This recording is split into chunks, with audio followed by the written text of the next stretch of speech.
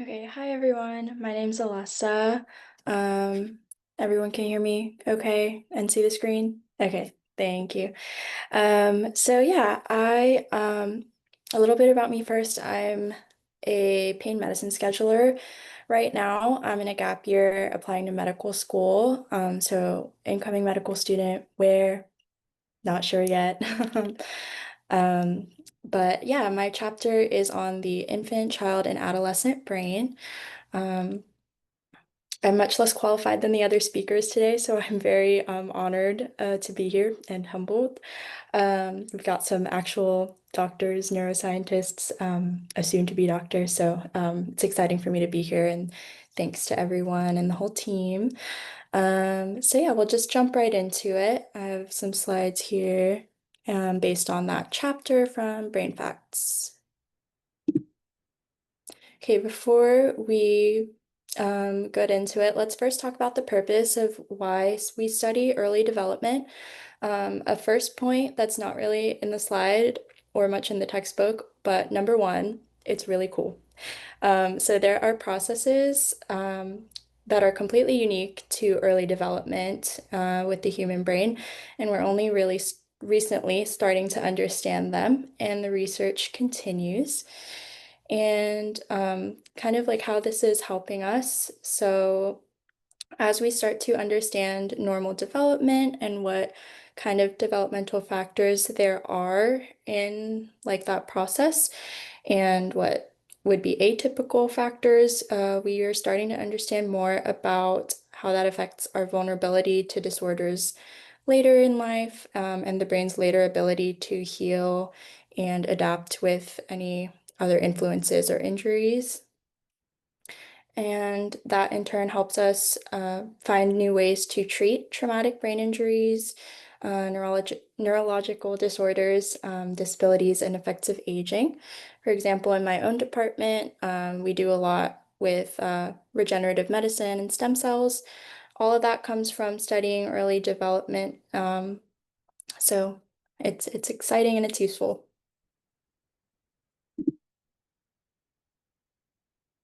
Okay, so we're basically going to go through a little timeline of the first pivotal years of life from the lens of brain development, but also I thought it'd be fun to get a little help from my best friend, my little brother. That's him on his birthday back in 2019. So he's a very little brother for me.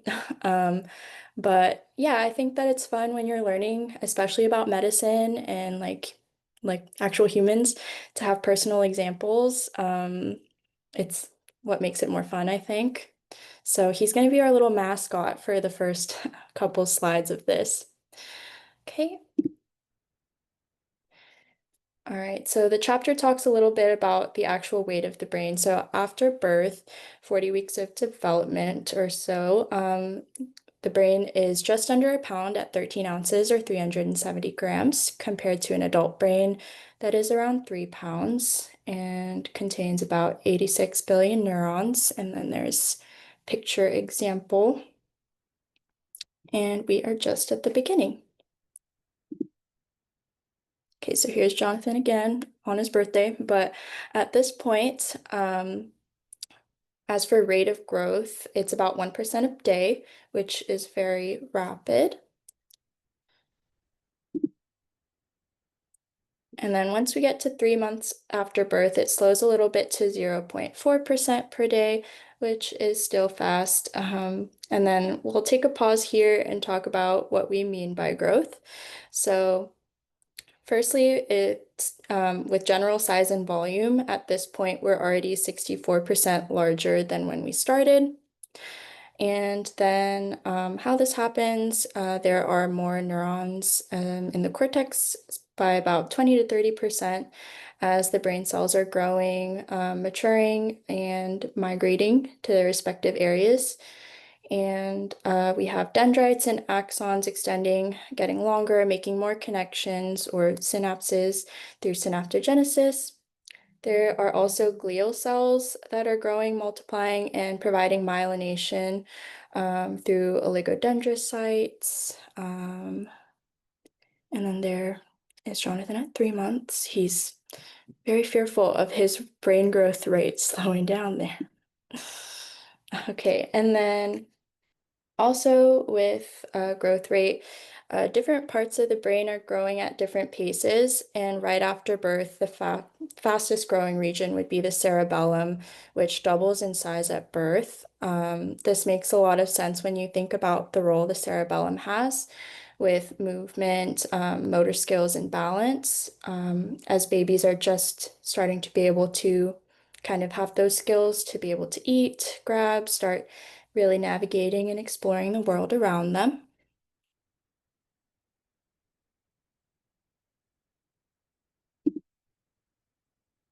Okay, now 2 years after birth, the brain has reached 80% of its adult size. And then we also have 50% more synapses or those connection points between nerves or brain cells compared to an adult brain. So basically, at this toddler age, the brain is still rapidly growing and increasing connections, and we've got a higher synaptic density, more so than an adult. And this sounds like a really great thing. Why would we change that? Simply put, it's inefficient. It would be too much energy and resources to maintain sustainably. Think of going to school, turning on a computer, and running every single program or application on it. Um, you're basically overwhelming the system. So, to fix that, we're seeing some reduction of those connections and refining of our structures and circuits through a process called synaptic pruning. So with that, we're getting rid of weaker connections and we're really growing and stabilizing or investing in the stronger ones that are more activated or in use.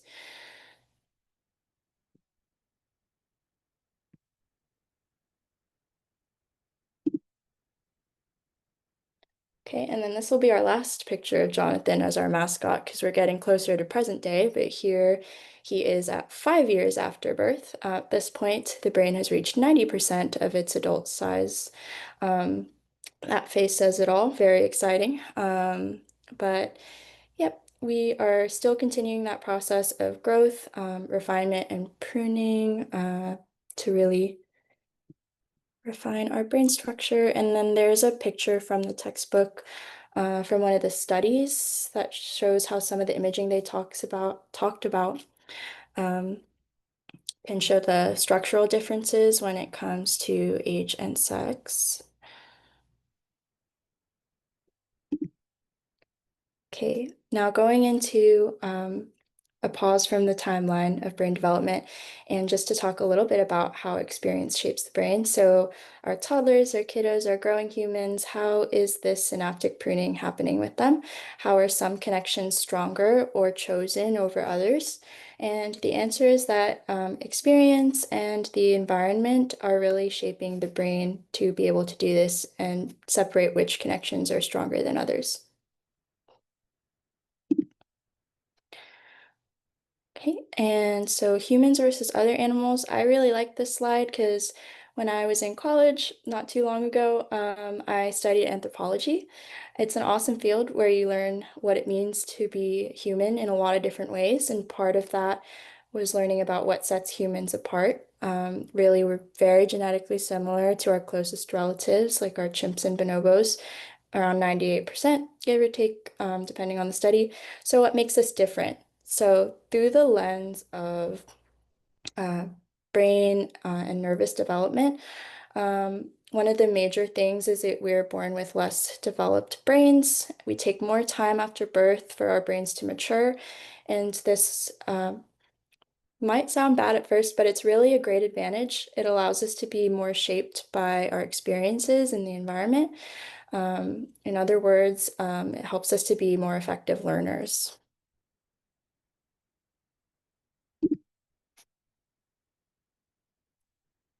Okay, and then an important definition from the chapter here is critical periods.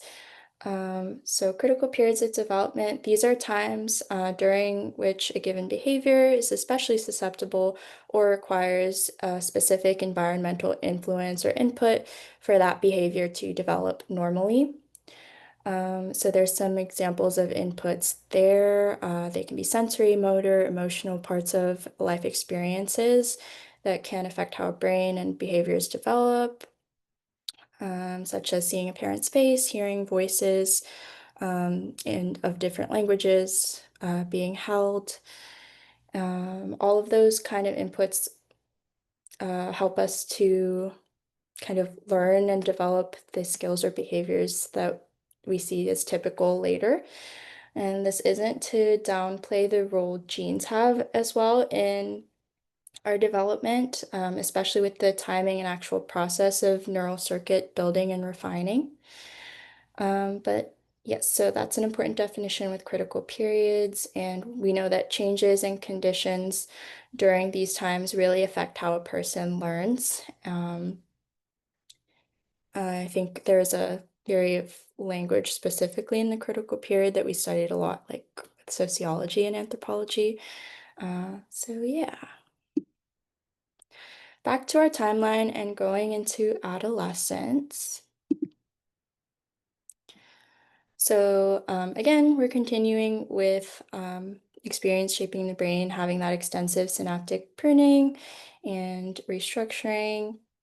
Our stronger connections, again, are beating the weaker ones out. And with this kind of second critical period that comes along, there are more complex functions and areas of the brain that are developing at this point. And then how are we improving those connections? A couple main ways is by the neurons extending the dendritic branches or that receptor side of the signal, and then greater myelination of the axons, which are more so the senders of those signals. And this is especially taking place in the frontal lobe. And then there's a figure there.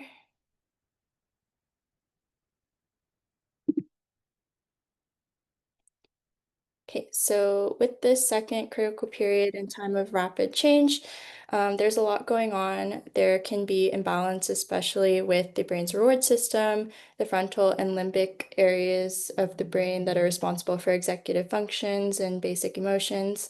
And this can impact risk-taking, sensation-seeking, and also put this age group at a higher risk of addiction, which can be dangerous as alcohol and other drugs are proven to damage important functions of memory, attention, brain activity, as well as actual structural integrity. It's not all bad though.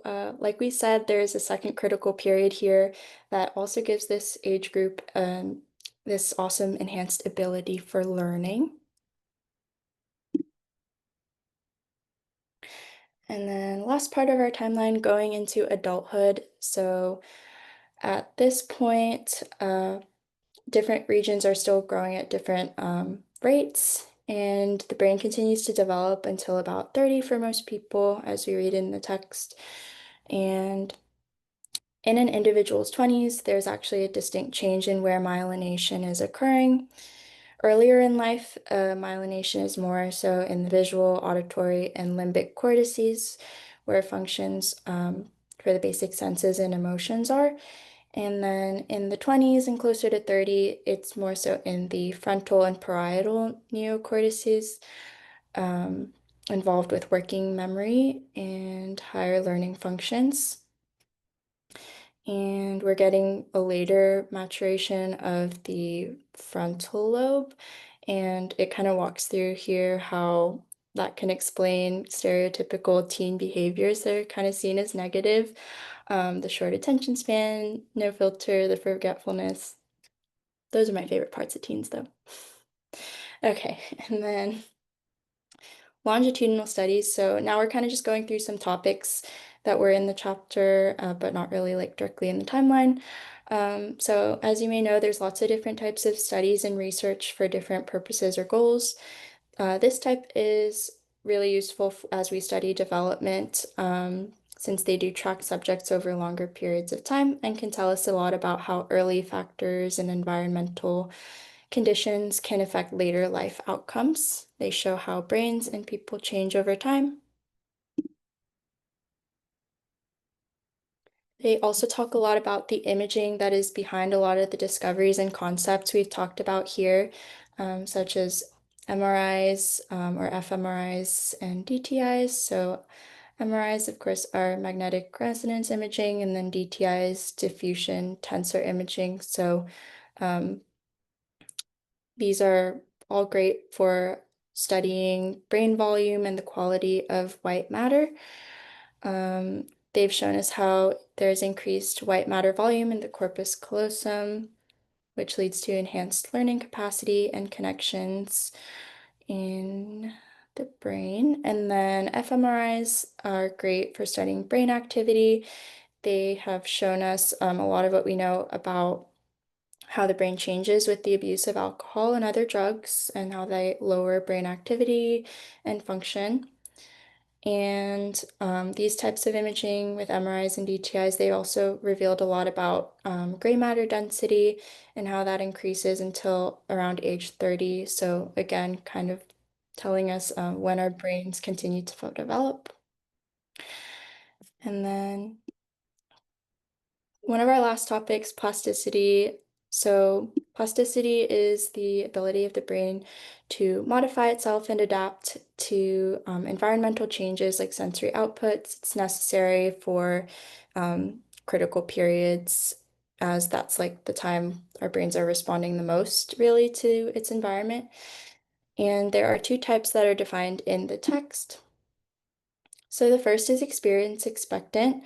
So this integrates expected or universal environmental stimuli that basically most or all people are going to encounter in development, such as hearing language, seeing faces, and these allow us to develop later behaviors that are typical for normal development. So doing those things, hearing different languages, seeing human faces being held, they'll allow us to later be able to communicate, to recognize people and emotions, and to feel and be aware of physical comfort. And then experience-dependent plasticity. So while the other type was based on universal experiences, this type of plasticity is about adapting, really organizing and specializing an individual's brain based on their own unique life experiences rather than those expected or universal ones. There's no real critical or optimal period for this. The example they used in this chapter was learning an instrument. They referenced a study where people learn the violin at different ages, and no matter what, they see greater cortical development in the area of the brain that is involved with the use of left hand fingers or dexterity. I thought that was pretty cool. And then lastly, one of the imagings they used for that kind of study is photon imaging. This allows them to see living neurons, track their growth, especially after various experiences like learning an instrument, like we talked about. And that type of study has also shown us that experience-dependent plasticity, again, it's not exclusive to a critical period. It continues through adulthood, so really our brains are adapting and changing throughout the lifespan. And that's all I had for today. Thank you guys again for being here. For all the students, thank you for being interested in science and research, and please never stop. And I'll pass it on to the next speaker.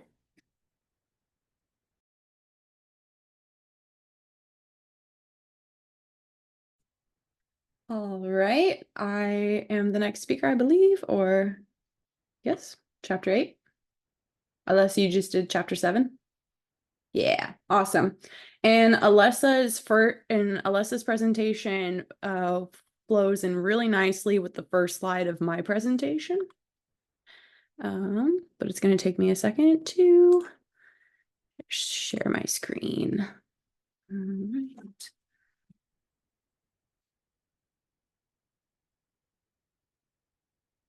Oh, I need permission to share my screen. Oh, sorry, let me grant you. Thank you.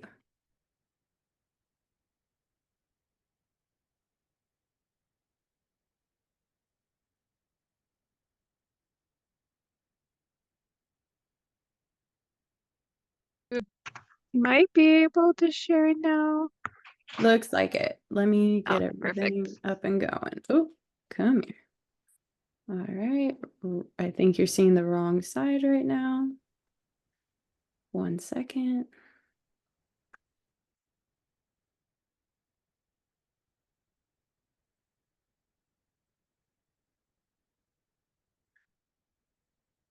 Okay. Are you seeing my slides? Yes. Okay. Awesome. So I really like the introduction that Alessa gave us with the development of the brain. I'm going to focus more on the adult side of our brain, and then, of course, aging beyond early adulthood into middle adulthood or middle age, and then eventually through the elderly or aged population. But before I begin that, quick introduction of myself. I'm Dr. Arya Islas. I have a PhD not in neuroscience, but in biomedical engineering. So I've studied a lot about the physics and mechanics of how our bodies work. And currently I'm doing Alzheimer's disease research here at the Mayo Clinic Department of Neuroscience. And I'm really excited to talk to you about how our brains age. So without further ado, here is a quick little, essentially, representation from MRI studies showing how our brain develops over time. So in this case, the strong coloring that's going to be closer to warmer colors is showing higher amounts of gray matter. And then the cooler colors are going to represent less gray matter and a little bit more white matter, which we'll talk a little bit more about that in a second. But as Alessa mentioned, the adult brain differs from an adolescent brain in so many ways. The human brain loses gray matter as excess neurons, yeah, there are such thing as too many neurons, and synapses are pruned away, although the rate of loss slows down once you finally hit the late 20s, which is about my age. Very nice. We can see this visualized here in the graphic. And specifically, the prefrontal cortex, as Alessa mentioned, is one of the last places where we have some great brain development in our early 20s, and that's when we start making better decisions. Executive functions are covered in the prefrontal cortex, as she mentioned before. That includes cognitive control and determining what makes a good decision, thinking about our consequences of our actions, and suppressing natural impulses. So if you are having trouble with your impulses right now, realize that it'll eventually slow down a little bit, and it does come with calmness as you age. However, you can kind of see in the diagram that once we look at age 55, age 62, you're starting to see loss of myelination, and that's because our brain sometimes experiences some neurodegeneration as we're aging, but that is pathological aging. So I mentioned white matter and gray matter. As we go through adulthood and finish up our childhood, our white matter increases via more myelination. That's why it's called white matter. That myelination is a thick outer covering on neurons and gives it that characteristic white color. Gray matter, on the other hand, decreases, like I said, as we're pruning those excess synapses and neurons. So white matter increases, reaching a peak around age 40, which is kind of matches the previous figure that I showed you.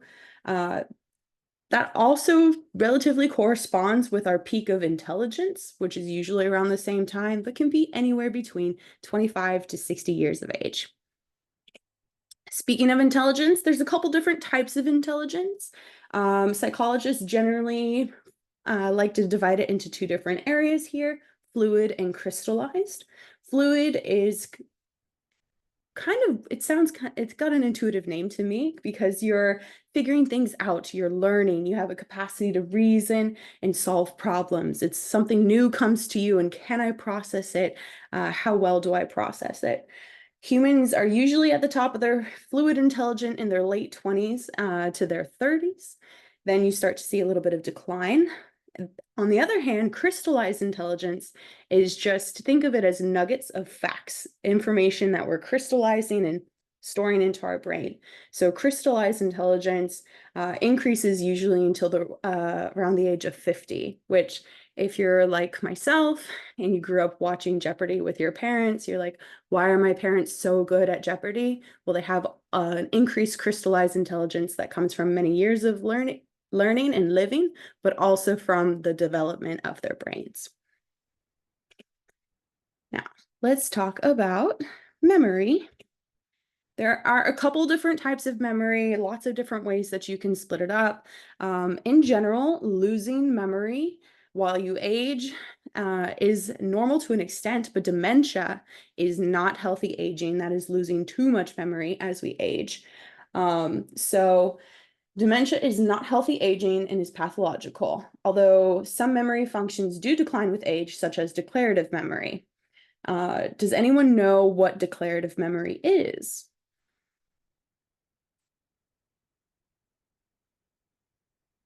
I'm not seeing anything on the chat, so I'll continue. Declarative memory is exactly what it sounds like. You are declaring something. So you can talk about autobiographical events, learned knowledge related to the world. It's something that you can outwardly state.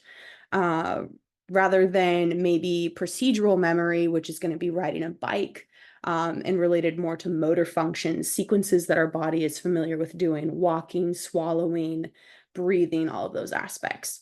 So there's short-term memory. Short-term memory also has a working memory component. Then there's long-term memory, and that is further split into explicit and implicit. Explicit is our conscious memory, which is going to be that declarative memory where you can specifically recall ideas and then state them into the world. Whereas our implicit memory is more of our body functions. We can't specifically put words to what we're remembering to do. There's also types of attention, and our attention spans change as we age. So selective attention is filtering out other stimuli to focus on something specific, whereas divided attention is switching between two tasks. So if you're able to hold a conversation while you're driving on the road, that's technically divided attention, but you can see why we would want people to be driving and focused entirely on the driving aspect and making sure you're maintaining safety. Whereas selective attention is maybe if you have a younger sibling in the other room and you're trying to work on your homework and you manage to focus just on your homework and not on your younger sibling, like, Mom, I want more Cheetos, or whatever thing they're asking for.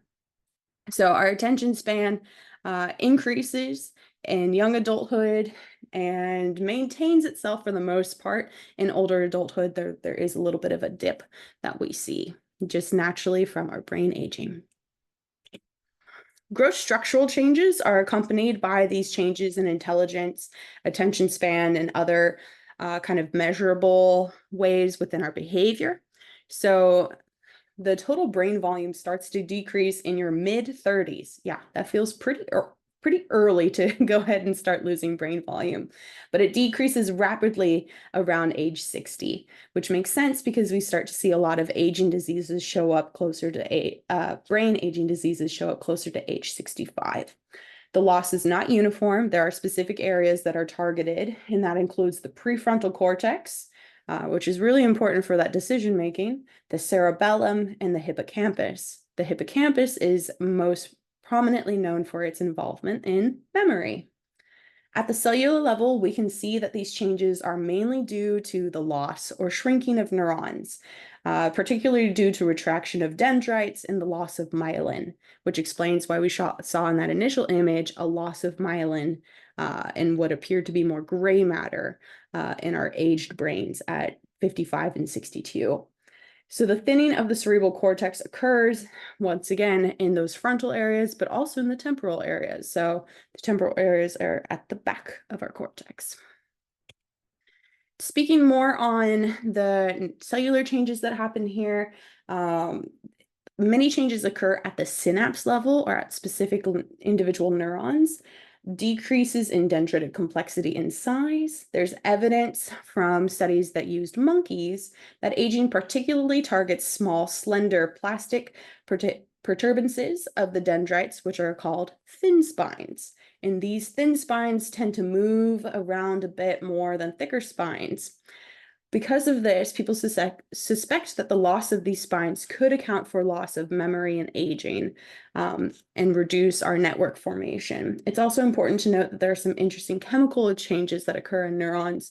Presynaptic neurons, so that's at the front of the synapse, tend to express less neurotransmitters, and postsynaptic neurons express less receptors. So it's going to lead to less efficient information exchange between neurons across the synapse.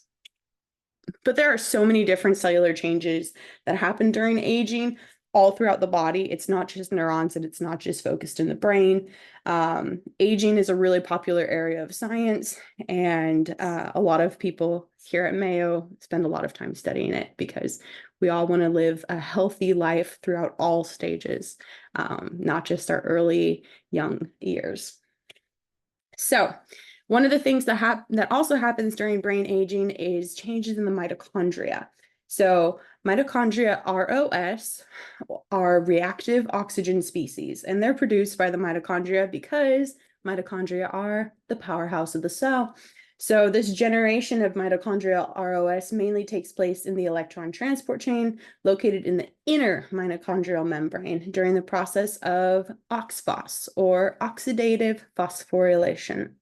Damage to mitochondrial DNA is shown in the aging brain, meaning that we're having damage to our mitochondria and the brain cannot support its energy requirements. This is really important because about 20% of our daily energy is used by the brain, which explains why we really need to have functional and healthy mitochondria to support healthy brain function.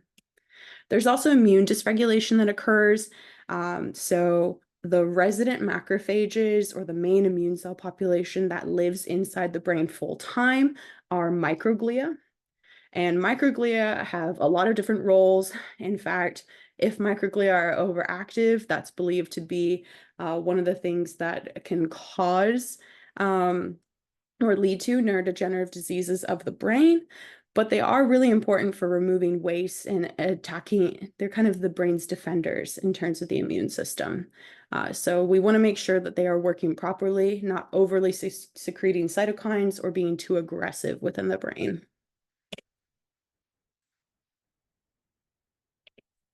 Now, my field of study is Alzheimer's disease. Alzheimer's disease pathology is represented by the letters A, T, N. A stands for amyloid, and that refers to the amyloid beta plaques that accumulate extracellularly in the brain, meaning outside of the neurons, outside of the astrocytes, outside of the microglia. Now, that's where they accumulate. They could potentially be taken up by some of those cells, but they are primarily an extracellular plaque. These are also what are called senile plaques sometimes. Then there's neurofibrillary tangles, which are made up of tau. That's the T in ATN. Tau is hyperphosphorylated because it's naturally found in the brain, but when it's hyperphosphorylated or it receives too many phosphate groups, that's when it becomes really troublesome, and it'll build up inside of our neurons, and then as the neurons die, be released into the extracellular space where it can interact with astrocytes and microglia. And then the N of ATN is neurodegeneration. So what you're able to see here is that you have a loss of brain volume that is much greater than what we would see with healthy aging. And Alzheimer's disease is known for being a major type of dementia, meaning that it leads to memory deficits and many other issues. It is ultimately chronic and fatal. Parkinson's disease is another type of neurodegenerative disease, characterized once again by the buildup of a pathological protein, in this case, alpha-synuclein, which builds up as Lewy bodies. And alpha-synuclein in these Lewy bodies really end up impacting a specific type of neuron called dopaminergic neurons. Now, we all love our dopamine. It's an important neurotransmitter that brings us a lot of joy and then supports really healthy living. It's necessary for life. When these dopaminergic neurons are destroyed during Parkinson's disease, it can lead to motor tremors and a lot of other issues. These dopaminergic neurons are especially found in the substantia nigra, or nigra, which is a part of the midbrain, so right in the center of the brain. But is there a way that we could potentially slow down the aging process and make sure that our brains are able to age, at the appropriate speed, keep our brains young and fresh as long as possible? Well, the biggest ways that we can do that is with diet and exercise. So plant-rich diets like the Mediterranean diet and the diet against hypertension, or DASH, are really important aspects here. Having low cholesterol, because there is a connection between the heart and brain health. Also, increasing our blood flow via exercise is really important. And then oxidants can help with priming our brain. So there's also cognitive tasks that we can do. Essentially, it's a case of use it or lose it. If you stop using your brain, you're going to lose it. And social networks are another important part of mental stimulation. So make friends, have friends throughout your entire life. And then the specific aspect that's not listed here on the slide or in your BrainFacts textbook, but is part of my direct research, is the glymphatic system, which is our main waste clearance system in the brain.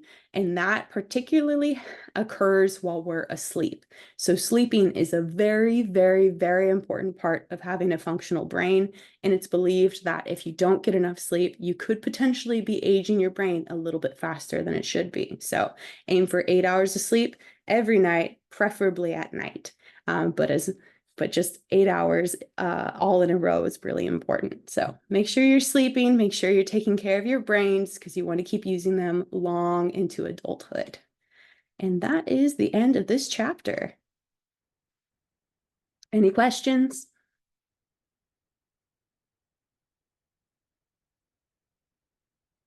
All right, we have some questions for you all later, but it's time for our chapter 9, brain states, if I'm correct. Yep. So that was a great tie into brain states, talking about sleep, because we're going to talk about that quite a lot. So here we go for brain states. All right.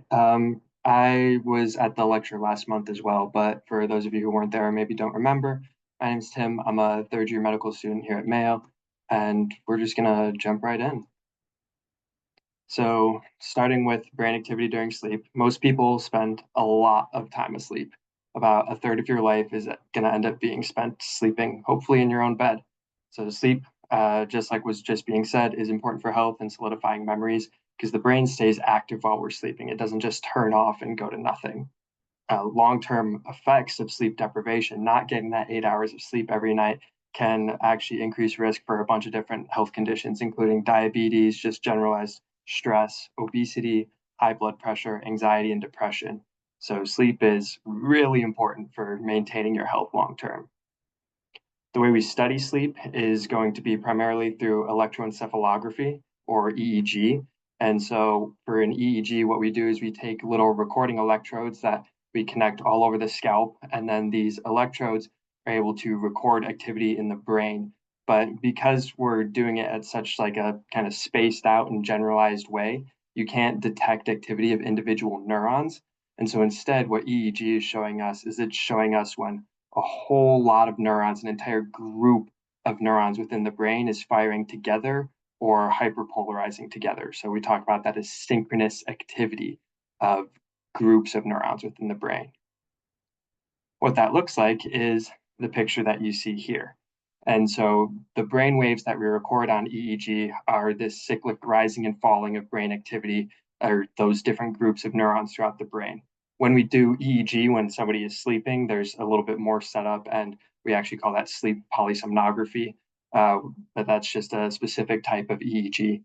And then kind of these recordings can indicate brain function and help us study brain dysfunction in patients or sleep disorders. So generally when you're sleeping, there are two main states. One of them is going to be slow wave sleep.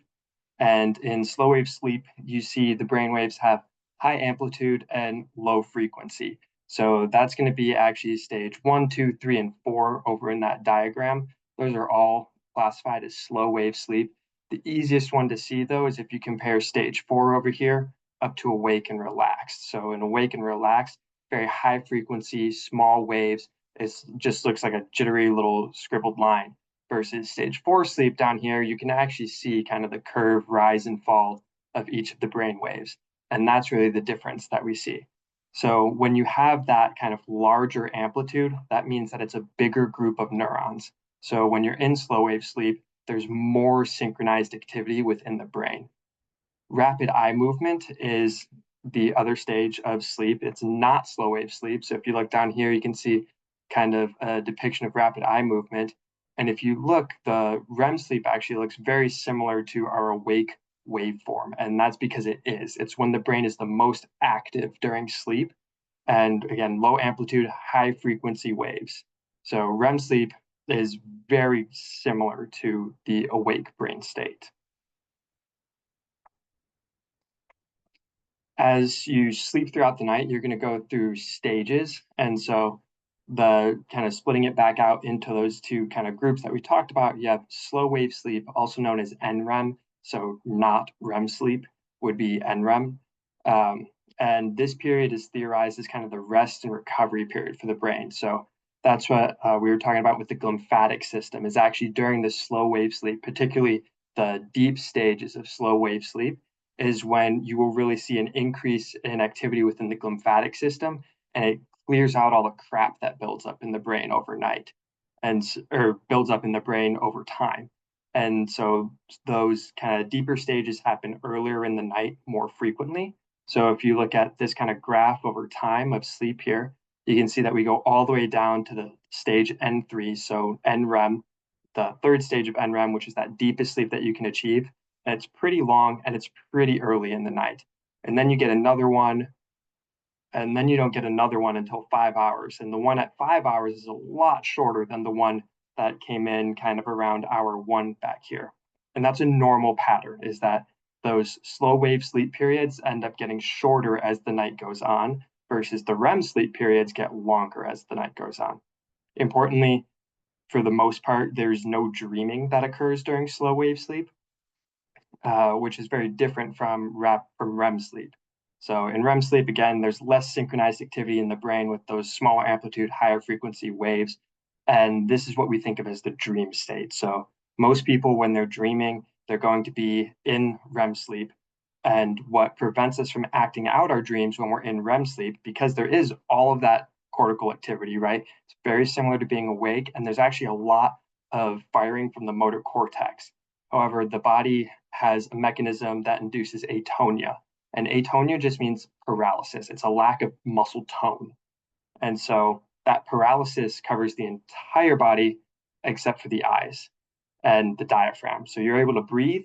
And that's why we call it rapid eye movement, is because the eye muscles are actually not paralyzed. And with all of that activity, that's why we see the eyes moving during dreaming or during REM sleep.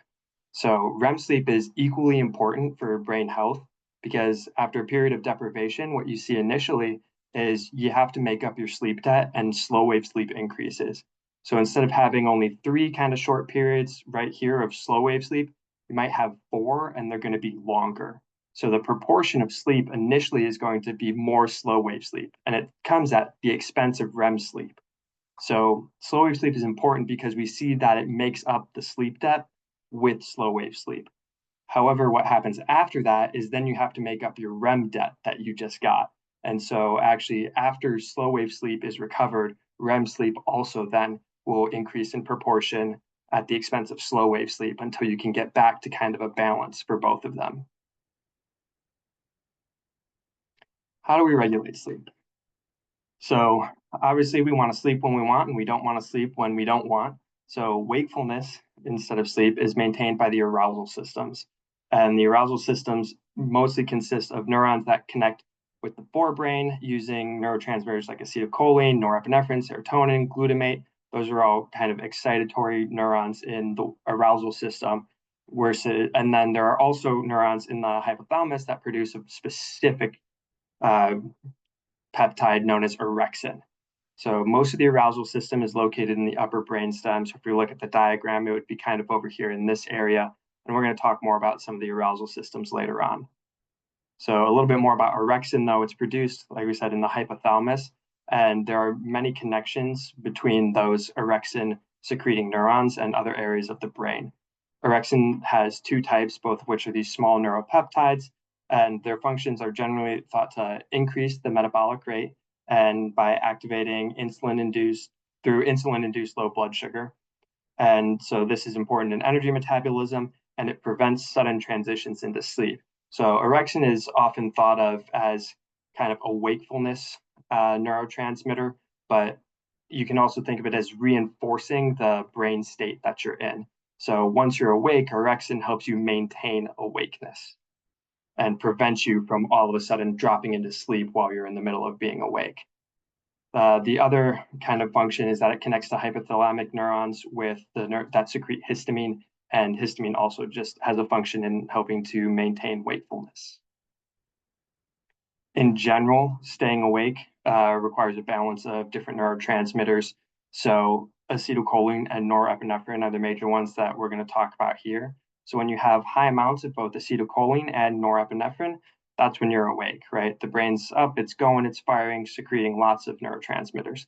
When there are lower amounts of both of them, that's more like slow wave sleep, right? So there's less overall activity, and it's really that synchronized firing of large areas of neurons.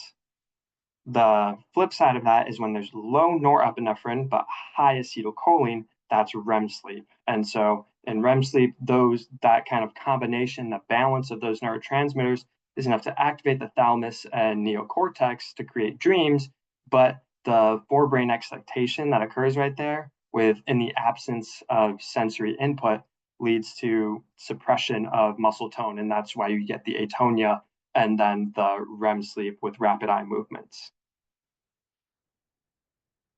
In terms of other areas that are important, we have the ventrolateral preoptic VLPO nucleus. And so those are a different group of neuron cell bodies that are located in the hypothalamus, and they're kind of the opposite of what we just talked about with orexin and kind of the keeping you awake. So instead, these ones are going to inhibit those same systems that are trying to keep you awake. We're going to talk about the reticular activating system a little bit later. And so these neurons in the VLPO, they're releasing GABA and galanin to inhibit those systems and suppress the arousal systems so you can sleep instead of staying awake. If this area is damaged and you can't turn off those arousal systems, now you have irreversible insomnia, which is disastrous for your health. So more going into sleep-wake cycles, how do we kind of get from, okay, I need to sleep, but why do I feel like I need to sleep? So your sleep drive is maintained by two different systems. One of them is your circadian system, and the other one's going to be your homeostatic system. And they're opposed, of course, by the arousal system, because the arousal system is when you're pulling that all-nighter and you need to stay up despite the fact that you have this drive to sleep. The arousal system's working overtime, trying to fight off the circadian system, fight off the homeostatic system, and win out to keep you awake. Sometimes it fails. The circadian system then is going to be probably something that you've heard about a bit already. And so that's our internal clock. It maintains the body's awareness of kind of the time of day so that even if you have no outside stimulation, you are still maintaining relatively a 24-hour day period because you have this internal master clock that is the suprachiasmatic nucleus. So the suprachiasmatic nucleus connects to the VLPO and those orexin-producing neurons in the hypothalamus, right? So VLPO was what turns off the activating system. Orexin was part of what keeps us awake. So all of those connect to the suprachiasmatic nucleus. So these cells in the nucleus have clock proteins that go through a biochemical cycle of around 24 hours. And again, that sets your daily rhythm for sleep, activity, hormone release, and other bodily functions. And the special part about the suprachiasmatic nucleus is that it receives input directly from the retina. So when light hits the retina, that goes back, stimulates the suprachiasmatic nucleus, and it helps maintain your 24-hour clock to match it to the actual day and night cycle. So that's why seeing the sun, it helps wake you up because it's helping to coordinate that suprachiasmatic nucleus and reassure the brain that it's on the right track. The homeostatic system is one of our other systems that help drive us towards sleep. And the reason that it does this is because it's maintaining homeostasis between that kind of sleep and wake system. So your body needs sleep, your body needs to stay awake. It has, just like it has different needs for many other systems, that's the same thing here. So we're just maintaining a balance between how much sleep to how much wake. And so one of the major ways that it does this is through the neurotransmitter adenosine. And so adenosine is going to inhibit activity in some of those activating centers of the brain. And it also increases the number of slow waves during sleep. So the caveat to it increasing slow waves or making you kind of sleepier is that it actually declines during deep sleep, because in deep sleep, remember, the frequency of the waves go down. So even though adenosine is helping push you towards sleep, it does have to decline in that kind of deep sleep stage so that you're able to have a lower frequency, higher amplitude waves. Caffeine, everyone's favorite stimulant, is actually an antagonist to adenosine. So rather than directly stimulating you, caffeine is preventing the inhibitory action of adenosine within the brain. So instead of adenosine being able to kind of calm you down, make you sleepier, caffeine's saying, nah, just all of it, all on, all at once. Sleep disorders can also occur and have important health consequences.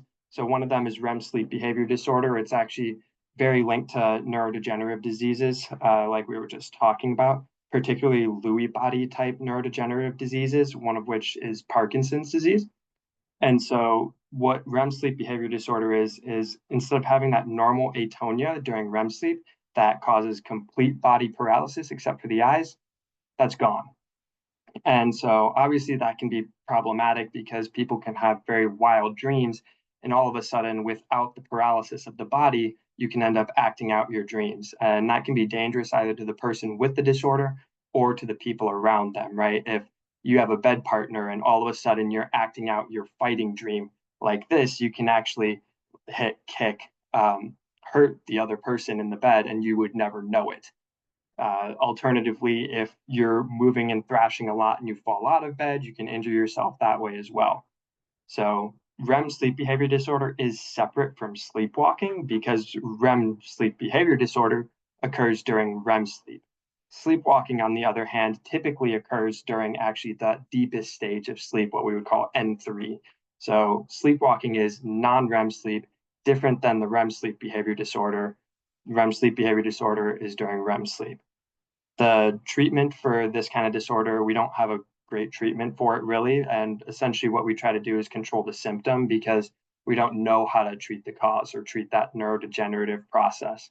So we can use clozapine, which is a benzodiazepine drug, and that increases inhibition by GABA. And so it can kind of help try to stimulate that atonia or decrease the amount of muscle activity that you're going to experience. Or because of the association with Parkinson's type diseases, some of those drugs that we use to try and help symptoms of Parkinson's can also actually help symptoms of REM sleep behavior disorder. Insomnia is probably something that everyone's familiar with, and generally it just refers to difficulty falling or staying asleep. Sometimes it's because of caffeine or something else that happened, anxiety, many things can kind of contribute to insomnia, but it can also just be idiopathic, meaning that it just kind of happens and we're not really sure why. Insomnia can then, of course, also cause hypersomnolence. And hypersomnolence just means being excessively tired. So that daytime sleepiness because you didn't get enough sleep the last night. And the problem with hypersomnolence is that it puts you at kind of high risk of adverse events like car accidents. If you're not able to get enough sleep the night before and then you're driving and end up crashing, that's obviously problematic. So there are many kind of causes that can contribute to both insomnia and hypersomnolence. We're going to go over a couple of them right here. So one of the most common ones is going to be sleep apnea. Sleep apnea is just multiple times throughout the night, somebody will end up stopping breathing, usually because of airway collapse. So the throat just closes instead of the muscles holding it open. And then, of course, the person needs to wake back up in order to be able to breathe. A lot of the time, people don't remember waking up because it's very brief. It just wakes up almost instantaneously to kind of get breathing again, and then you're back asleep all of a sudden. But some people do notice they wake up gasping for air. Normally, like one of the most common symptoms of sleep apnea is going to be snoring. So if you hear someone snoring, they may benefit from being checked out for sleep apnea. One of the biggest risk factors for sleep apnea is actually obesity because of the kind of increased density of the neck tissue, and it can press down and make that airway more likely to close overnight. Sleep apnea does have serious health consequences besides annoying the people around you with the snoring, because it actually, over time, kind of along with what we talked about at the very beginning, that sleep deprivation over time ends up increasing your risk of hypertension, so high blood pressure, heart attacks, and that daytime sleepiness that can be incredibly problematic for driving, working, all sorts of things. Generally, to fix it, we can try to treat any underlying cause if we're able to find one, like obesity. So weight loss is a first line treatment, or commonly CPAP is used, which CPAP is just continuous positive airway pressure. So it's this machine that's literally kind of shoving air in, and that kind of pressure from the machine shoving the air in is what helps hold the throat open overnight. So then you're not closing it and then waking up. Narcolepsy is kind of the opposite. A lot of these patients with narcolepsy will end up having insomnia as well, but the main characteristic is that they experience sleep attacks during the day. And so these sleep attacks are often associated with cataplexy, which is very similar to the atonia. Because when you have a sleep attack, what they do is they're actually falling into REM sleep. They're not necessarily falling into light sleep or deep sleep or anything like that. It's just straight from awake to REM, which is very, very abnormal. If you remember that original slide, normally you have to progress down all the way through the deepest stage of sleep before you ever make it to REM sleep. Doesn't happen in narcolepsy. And so these sleep attacks during the day, they can be triggered by emotional events or laughter. You can find videos online of like dogs with narcolepsy, and they get really excited because you throw the ball for them, and then they just and face plant in the ground because they had a sleep attack with cataplexy, meaning they hit REM sleep, they got atonia, and so all of their muscles went out. Another kind of characteristic that can hint at narcolepsy is going to be hypnagogic or hypnopompic hallucinations. And what that means is it's almost like you start dreaming before you're actually asleep. So hypnagogic is as you're falling asleep, you might kind of start to see some hallucinations, maybe see like a figure at the foot of the bed or something. They can be nice, they can be scary, but they can be rather disconcerting for people actually if you're having these hypnagogic hallucinations, because you potentially can't move. You're already having kind of some atonia, but now you're seeing these kind of dream-like figures in real life.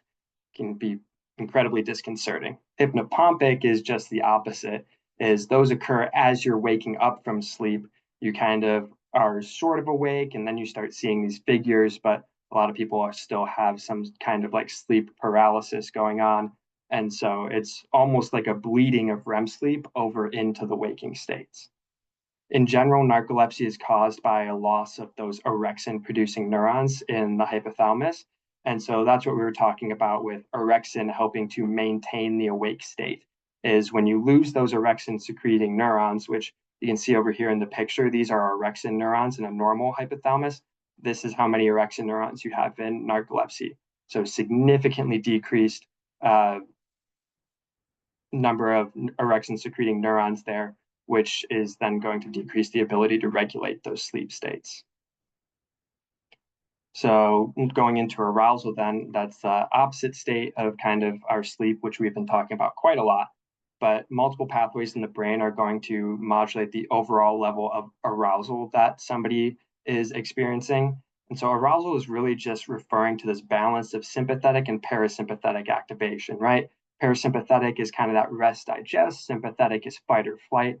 And so you don't want to be in a maximal state of arousal, pure fight or flight all the time. You'd be very awake, but you'd be very stressed, and that just wouldn't end well for anyone. But you also don't want to be in maximal parasympathetic stimulation all the time either, because at that point you're practically asleep. So arousal, the level of arousal that someone has is maintaining that balance between those two systems. as well as being, are you actually asleep or are you awake? So different neurotransmitters play different roles in this balance. So dopamine has been kind of an oversimplification of some of these neurotransmitters. That dopamine is involved in our movement. Norepinephrine helps us with the alertness and that sympathetic drive. Serotonin plays a big role in our emotions. And then acetylcholine and histamine help the brain to kind of communicate with the rest of the body and increase that overall level of arousal. Sensory input also has a role in modulating that level of arousal, because obviously if you see a bear, that's going to activate your fight or flight system, not put you to sleep. And so that's kind of the role that we see with sensory input modulating out that level of arousal. A lot of this goes through the thalamus, because that relays 4 out of the 5 special senses into the cortex, the exception being smell. And so the thalamus is then playing a major role in regulating our overall level of arousal as well. One of the biggest components of arousal is going to be this reticular activating system. So it's part of the autonomic nervous system, and it includes areas within the brainstem that are influencing heart rate, blood flow, breathing, right?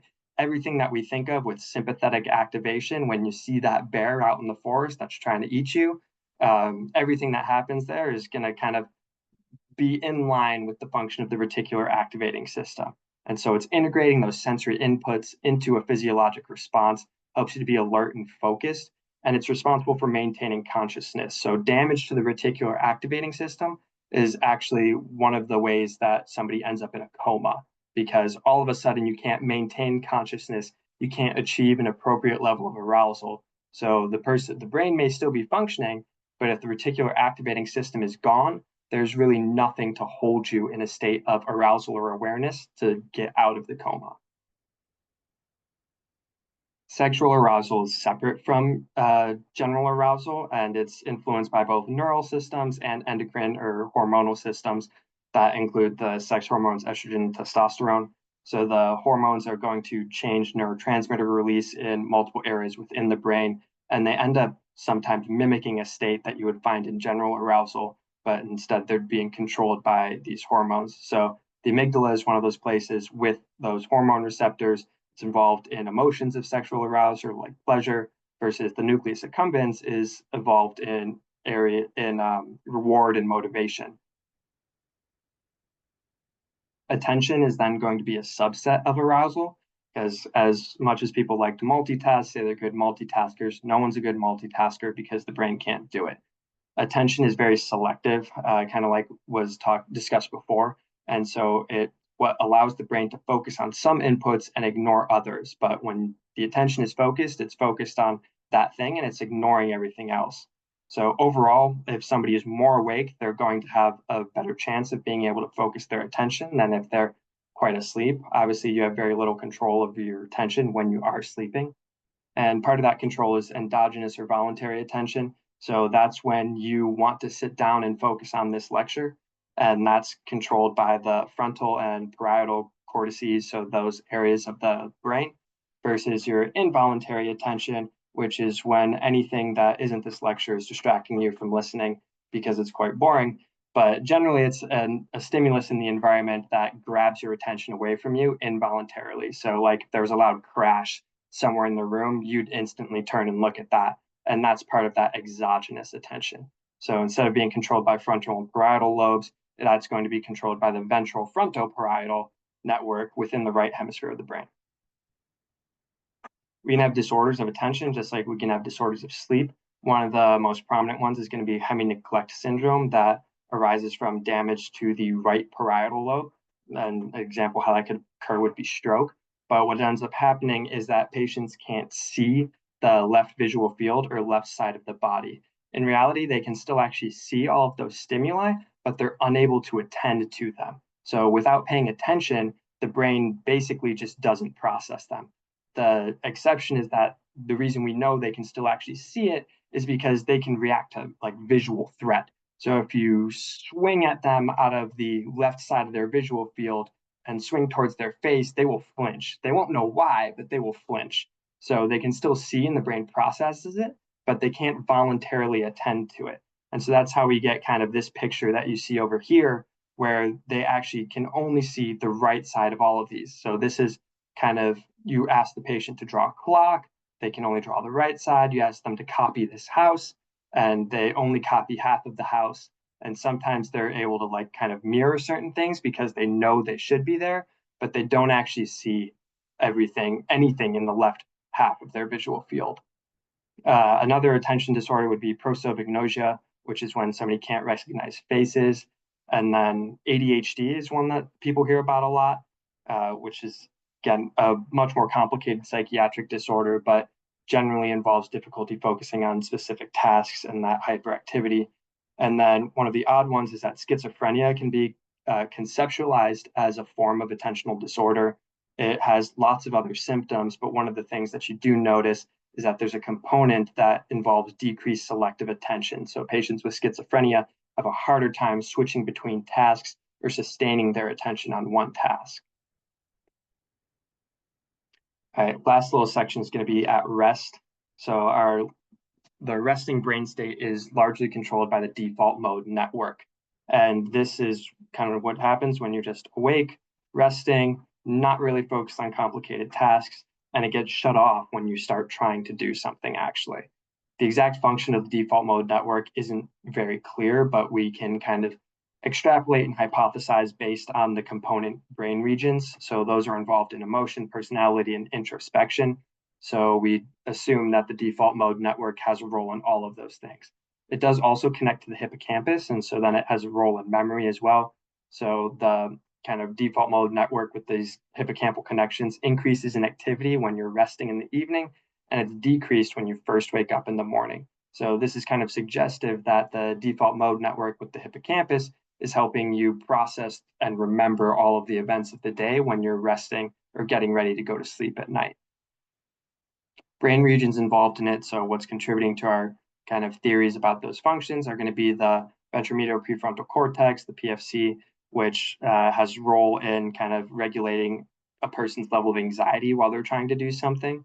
Then the dorsomedial PFC is involved in self-referential and introspective thoughts and has increased activity during dreaming, as well as it's involved in autobiographical self and stream of consciousness. So that's some of that kind of personality, reflection, introspection, and again, what happening while you're at rest and part of the default mode network. There are posterior brain regions involved as well, including the posterior cingulate cortex, lateral parietal cortex, and the precuneus.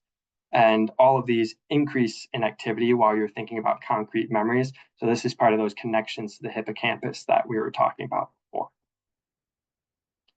And that is everything I have. So.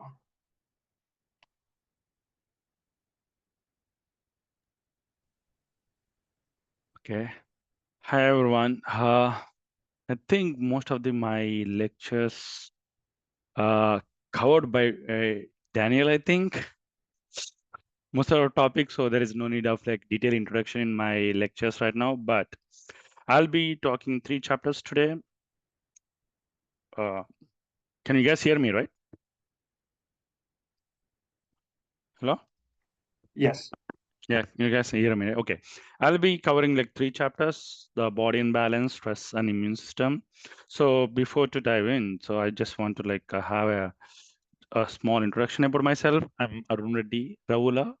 I finished my PhD in traumatic brain injury, and then since 2022 in Mayo Clinic, I joined. I was working on Alzheimer's and ALS and FTLD and PSP and CBT right now. So mostly I'm more into a neuroscience person. So, and at the same time, before PhD, I'm also a pharmacologist. So I know like how drugs works in the brain or any other body parts either too. So let's dive in. So as I said, like I'm covering 3 chapters. The first one is like body in the balance. So the first thing everyone knows about homeostasis, that is what I said, like most of my topics are like you already got an intro from the previous lectures. So in a simple term, homeostasis is like a balance, right? So what is mean by balance? Put it in a simple terminology, like when you feel like when you go to a sports and have some fun in the sports, and then when you came out and then you'll sweating, right? Why the sweating? That is because of like while you're in a physical activity, like your body generate more heat. So in order to cool down, like the body can it release the heat through the sweats, right? So that is one kind of like a simple terminology to put it. What is homeostasis? So what is the main? What are the three main key players in this homeostasis? Are like a brain, hormones, and organs. So all the three things collectively work in order to keep us alive and healthy. So circadian rhythms, what is this? Like you already have a very good intro and very good explanation about all from the past 30 minutes, but in a simple way, like it's an internal clock. So this is our body's 24 hours internal clock, which called circadian rhythms, and which is most important for um, to make our body to recover from the damage, or like to repair or even rest, or to make it more active for the following day. So why it is so important? Have you ever wondered that when you fall in a very good sleep, the next day you feel so refreshed, right? But when you does not have a good sleep, or like disturbed sleep, the next day you feel so tired. This is because of like a good sleep is important to body to reset. The mainly region which involve in the maintaining this circadian rhythm or internal clock our body is like suprachiasmatic nucleus, which is more present in the hypothalamus region. So these are a group of neurons which fires. So they fires actively in the morning, whereas like they goes quiet at night. So these activeness is based on that daylight which comes through the retina through the to SCN that makes fires more. When it comes to at night, it will go quiet because like it doesn't have any kind of daylight signal. So have you ever wondered like why people are saying like please avoid phones before sleeping? Because like the phone emits blue lights. Blue light is it's similar to like daylight. So your body, your brain, especially SCN suprachiasmatic nucleus, thinks you are still in daylight mode. So then it never induces sleep. As I said previously, like sleep is important for a healthier lifestyle, or like to lead a good quality of life. So is it like SCN alone can handle this one? No. It has a like a friend which is like paraventricular nucleus. They both go hand in hand. So from the retina, through the retina, the daylight stimulate SCN. These SCN stimulate PVN down. The PVN send the signal all the way down to the body parts. In addition to that, the PVN activation also activates pineal glands, so which are important for the release of melatonin. So this melatonin is like one way of like hormone which really needed for us to induce sleep. Have you ever wondered that why we are in the morning, we are so active, and suddenly why we are falling asleep at night? Of course, at 9 o'clock, some people sleep at 10 o'clock, but why suddenly we are falling in a sleep? Why we are feeling that we want to go to sleep? That is like it's all about like the melatonin, a magic. And if you see in a pharmacy, like you have seen over the counter, you see a lot of melatonin capsules. Nowadays, people are using this melatonin capsule because they couldn't able to sleep. So when they take this melatonin capsules, so that induces sleep. And okay, you fall in asleep at the night, but in the morning, how you are waking up? So is it not melatonin that causes the waking up, right? So there is something in your body that also induce a wakeful stimulus. That is what cortisol. Cortisol is all about stress hormones. Everyone thinks about it as stress hormones. Stress hormone is not about bad. Okay, it has a proper functioning. In this terminology, this cortisol makes your body to get ready for the day full. So while you are sleeping, it has to make sure like it raises the body temperature, and it makes your body to make it your body to ready for the next day activity purpose. So for the fall asleep, melatonin. For waking up, it's cortisol. So they both are go in a parallel, like go in hand in hand. So far we are talking about the neurons and hormones. It's in the context of homeostasis. So homeostasis, it not can be occurred or happen neither neurons or nor for hormones. They both need to be have. work collectively. So, but what is the difference between neuronal versus hormonal? The neurons are literally like they act very fast, whereas hormones, they act slow. So what is the end results? So you'll get very fast result with the neurons, whereas like slow and steady results for through the hormones. For an example, when you like accidentally like put your hand on the stove or like on the heating pan, so you immediately take out the hand, right? That is because of neuronal activation. Whereas like your entire your growth from the childhood to all the way down to that is through the hormonal, which is like slow and steady. They both are needed, right? So which is like so we that's why like, we can't discriminate which is better which is not, but they both need to be have in a proper healthier lifestyle. So as we talked about more about hypothalamus, there is a big it's like a boss for your hormones. So it's control the hormonal release, and it is it's completely under the control of like all your hormones under control of hypothalamus. How it works, hypothalamus can release hormones, at the same time it also induce other pituitary gland or a pituitary gland to release more other kind of set of hormones. The pituitary gland has a two thing. It has a two. Uh, it separates. So it has anterior pituitary and it has a posterior pituitary. So because of they have a two different nomenclature based on the based on the orientation. At the same time, also like it is like based on like what kind of hormones it releases, like especially posterior part of pituitary, it releases vasopressin and oxytocin. They both are neurotransmitters. Along with, they also have a hormonal function. Mainly vasopressin is mainly involved in retention of water. So it acts on the kidneys, and then it makes your body retain more water, because our water is, well, like our biological system, like water is like very important. It's not about a cooling mechanism. It also like for biologically active cells, it needed. So whereas like oxytocin, it is more towards like for the females, so it helps in childbirth, at the same time lactation. Whereas like anterior pituitary, it has like 7 different kind of hormones which has a diversified effects. So for an example, as I said previously, hypothalamus, it communicates the pituitary gland through other hormones: gonadotropin releasing hormone, corticotropin releasing hormone, thyroid releasing hormone, and prolactin releasing hormone, and growth hormones.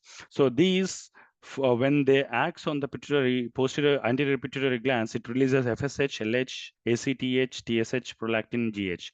The FSH and LH are like gonades, which are like sex hormones, whereas ACTH deals with the stress, whereas TSH for the thyroid, which mainly involved in the metabolic system, whereas prolactin for the milk, whereas GH for the growth.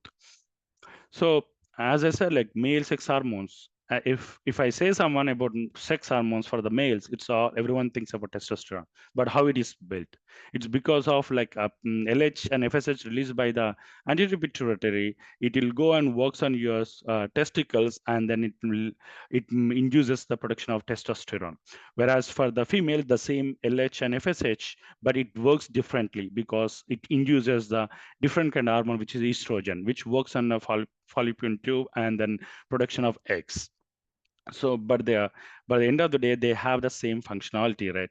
Male and female, they do also have a negative feedback, which means like when there is a too much of these hormones, sex hormones or any kind of hormones, they'll send feedback to your brain, to the hypothalamus, to tell like, okay, stop, you need to calm down. So then the hypothalamus shut down. So that is how like it's all the balance happening. So I come happening between between neurons and hormones in a harmony. That is how it's maintaining a balance. So in addition to all these pituitary glands or hypothalamus releasing hormones, there is a specific tissue can also produce hormones, not on your brain, but your other body parts, which is like leptin and ghrelin. So when you are feeling so, suddenly you are in a class and suddenly during the afternoon, your stomach growls in the class. That is because of you feeling you're feeling hungry, right? That is because of like your stomach release the ghrelin, so which will go and stimulate your hypothalamus system to say about, okay, you are feeling hungry. So then you'll go and find out the nearby your food court or your box to eat it. So once your stomach is full, then the ghrelin levels go down. Whereas like similarly, like leptin can be released when you are feel full. That is through the adipose tissue. So these adipose tissue, the fat cells, when they are bigger, they'll release the leptin, which is like opposite to the ghrelin. So when you are feeling hungry, that is a ghrelin. When you are not feeling hungry, that is leptin. They both go in contradictory manner, but that is how it maintain the balance, right? You can't eat how much you want to eat. So there is some limit. So that's why like the leptin is keeping a limit. So this is also one kind of like balancing in your hungry. So this that from so this is the end of the chapter 10. So if you have any questions, you guys can ask me, or like you can okay, reach out to me in any time. The second one is like stress. So what is the stress? If you ask this question to anyone, so everyone has a different answers. But for my point of view, stress is nothing. It is I don't think stress is in a negative connotation, because it is alarming. Our body's alarming system. So this stress is like needed. Like mostly individuals feel stress when they are like in a scary situation, or when they are thinking too much, overwhelming task, or like some fear. But small amount of stress is very good thing. For an example, like when you are taking a test, before test you'll feel little stress, but that is also make you pay more attention, and it drives for a better performance. But a chronic stress can make you cry. So that's why like a stress in a normal optimal level is good for the better performance, but it's not in a over or chronic period. So when there is a situation that induce stress, so what are your body systems involved in order to overcome the stress? That is like nervous system, endocrine system, muscular system, along with metabolism. So when it comes to nervous system, we are not talking about, I think everyone knows about like nervous system is compromised, like central nervous system and as well as like autonomic nervous system, right? So here we are talking about autonomic nervous system, which involves voluntary and involuntary responses. Voluntary means like which you can literally control. Like if you see an alligator, you can run, or if you are brave enough, you can stay there and you can watch. So but that is completely both depend on the persons in control. Whereas like if you want to like reduce the heart rate after seeing the alligator, that is not your control. That is like your body involuntary response that calm down once you have this excitation. So in a terminology, if you want to put it, so the voluntary responses comes from the sympathetic nervous system. When you see a bear, or it's like it is named as a emergency response, flight or flight. So either you fight or you like run away. So this is mainly handled by noradrenaline or adrenaline. So this sympathetic nervous system have a neurotransmitters or noradrenaline, adrenaline. These will go and binds to the all your heart rate, to the heart, to increase heart rate, and the breathing speeds up, sweat pans and muscle tense, digestion slows down, because these are the rescue mechanism, right? So what are the needed for the rescue or like run away from the difficulties? There's a muscles, heart rate, and breathing. So those are get activated with the sympathetic nervous system. But once you relaxed, so you need to calm down, right? You can't be in a excited mode, so it will cause damage. So for there, after the um, emergency, once emergency is stopped, or like we doesn't require anymore, we are in a relaxed position. That's why like parasympathetic nervous system kicks in. Or like during the when you are seeing some pancakes or some kind of food, these can also like your parasympathetic nervous system get be activated. So when in next time when you are going to like a restaurant, realize like what are your body parts are getting activated. Like your digestion, your mouth, your saliva gets secretes more, and then you are like you'll get hungry, you feel hungry, and then your digest juice, like gastric juice, get released more, because in order to eat more, right? But whereas when you sneer a snake, then you'll run. So next time when you have this kind of experience, like just notice. It's so wonderful in order to put if I want to put a human body, that's so beautiful. If you noticed, if you realized, it is so beautiful. So how the brain handles the stress. So okay, so far we are talking about the stress. Okay, you have encountered a stress. How your brain handles it. First, the brain will take out. So first, it will get the information from the stress. Then it will talk to all the hormones and nutrient and all this, and then it executes whether what kind of a plan I needed or what kind of action I have to take in order to escape from the stress. Right. For instance, if you see an alligator, if you see a snake, your brain tells your muscle system to get activated. It tells heart to beat more, and it tells respiratory system to breathe more. So all this collectively, what you do, you'll run from the from away from the snake or alligator, right? So that is the ultimate of execution of a brain based for that respect to stress, whereas other stress it deals differently. So these studying about this is called neuroendocrinology. So whereas like there is a term called HPA, so hypothalamus pituitary adrenal axis. So this is considered as a neuroendocrine circuits. So when you see a stressful stimuli, your hypothalamus release corticotropin releasing factor, which will go and stimulate anterior pituitary gland to release ACTH, which is adrenal corticotropin hormone, which will go and stimulate adrenal gland to release cortisol. As I said, like cortisol is like stress hormones. These cortisol will releasing of this cortisol will cope up with the stressful stimulus or stressful response. So from once the cortisol release, the what is happening the next is completely different. So which mostly useful, the task mostly useful for to escape the either challenge or escape the dangerous situation or like stressful condition. So how it works. Firstly, once the cortisol released from the adrenal, the first thing what it does is like it increases the blood sugar, because in order to cope up with the stressful situation you need more energy, right? Like if your brain thinks more, means like it need more ATP, like which is more food. So that's why like increasing blood sugar. And also it stimulate the attention, because in order to cope up with that stress you need more attention. Because if you have a more attention, then you'll think about the what are the options to overcome the stress. And also it increases the blood pressure, whereas it's in contrary it will suppress all other functioning like immune system or desensitize the decrease the sensitivity to pain or even decrease the serotonin. So why?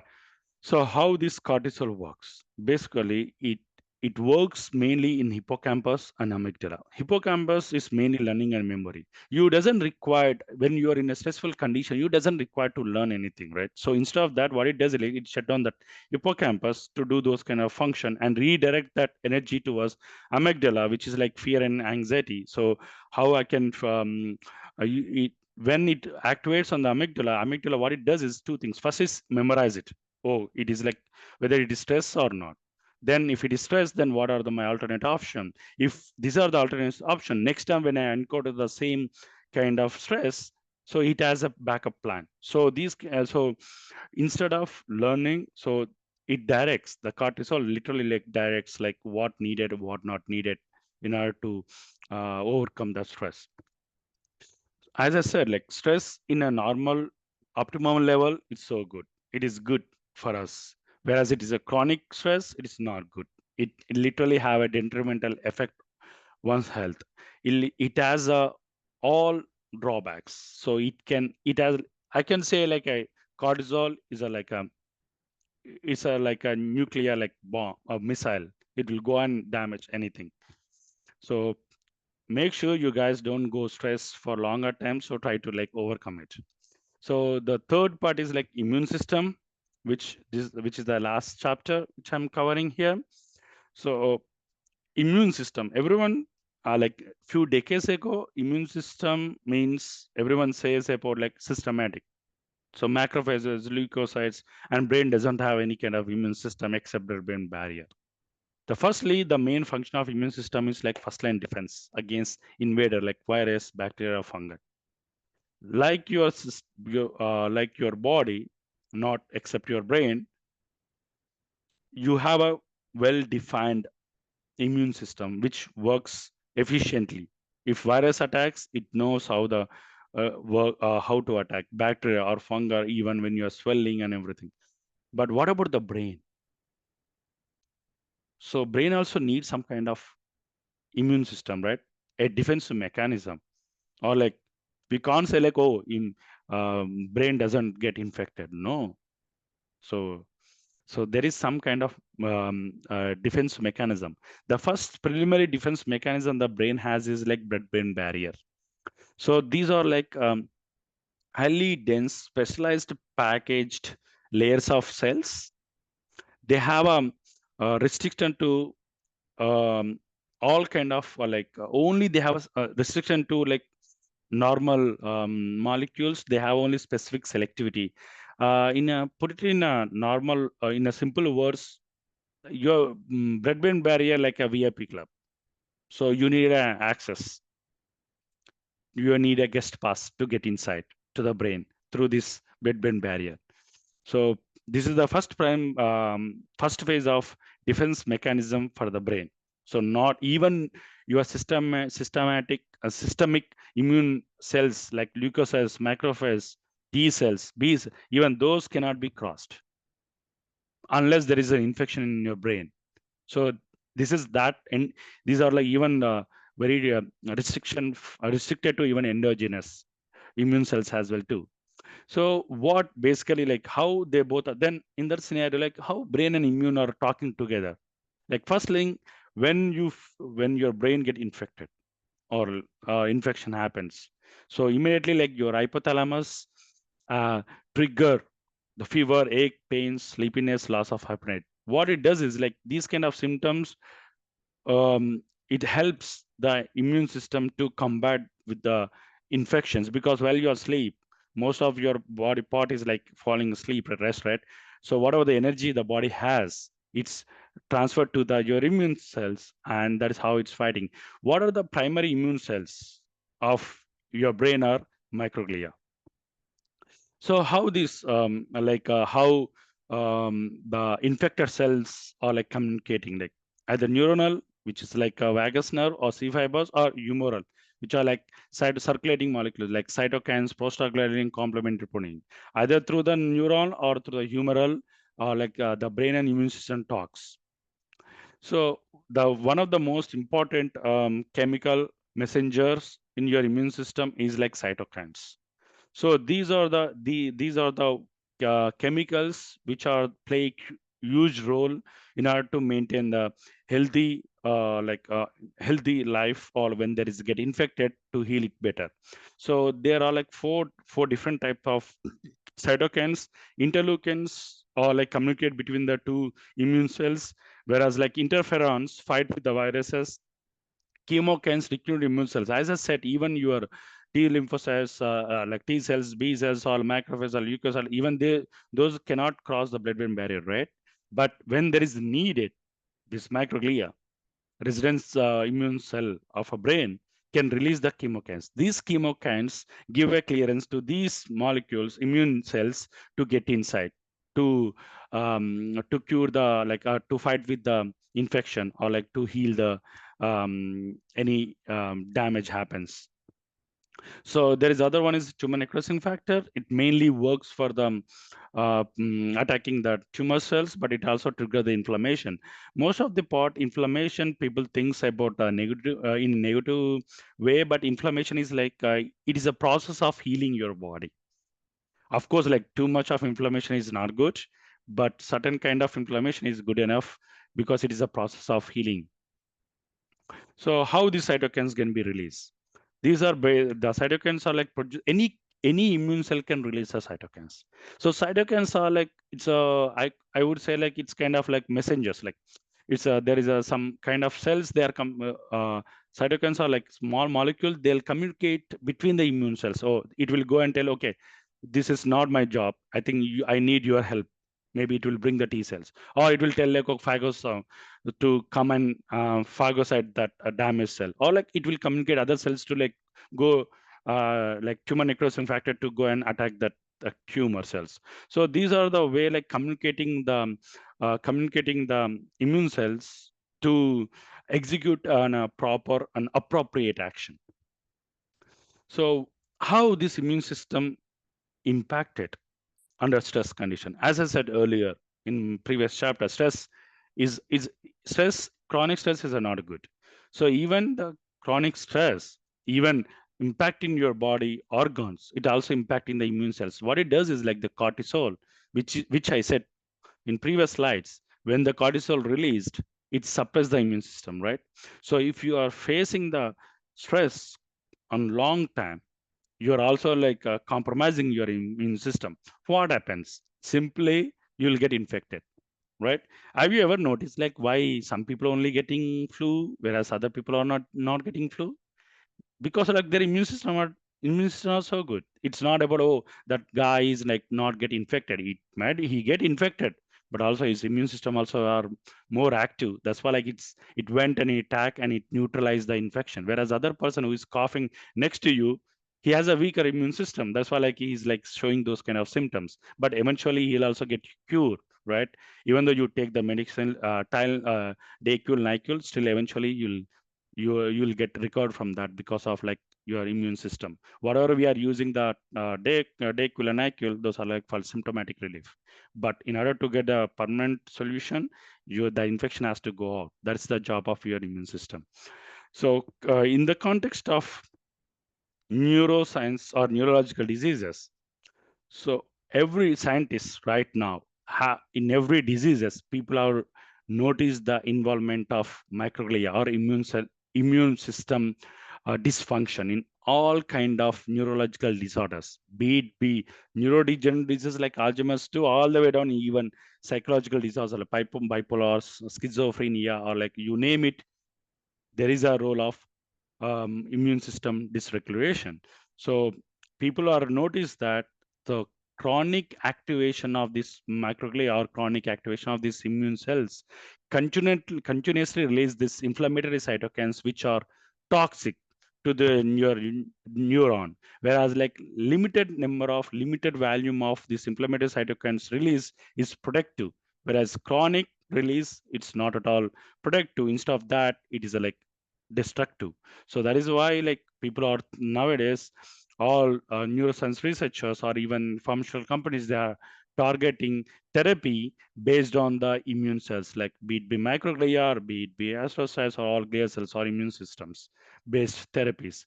So why does it matter to understand about brain immune interaction? As I said, to come up with the new therapies, to come up with the pharmacological drugs to intervene and to prevent the further damage. And thank you.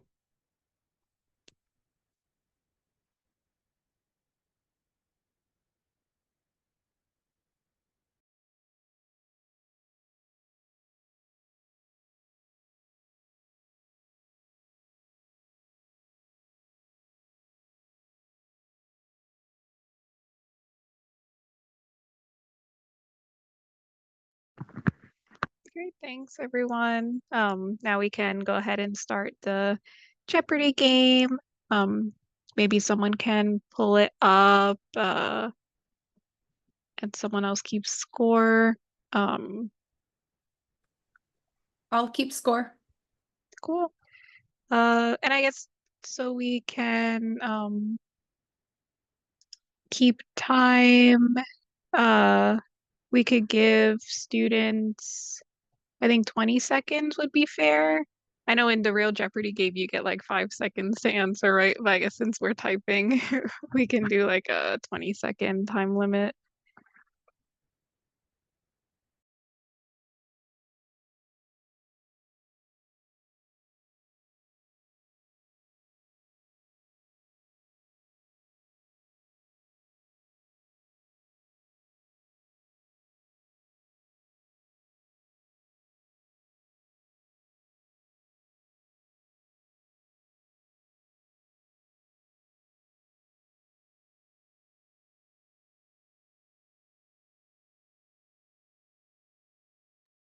As the scorekeeper, can I get everyone to change their name in Zoom to their first and last name so I can accurately record your scores?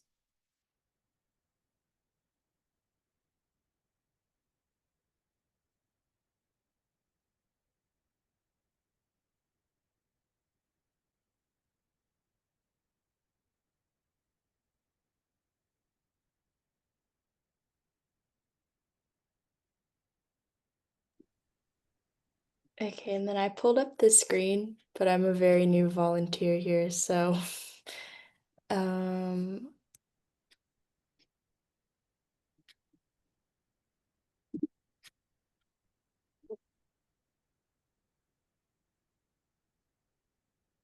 Thank you, Maddie. And thank you, Ruby. We have all of our last names now. Awesome.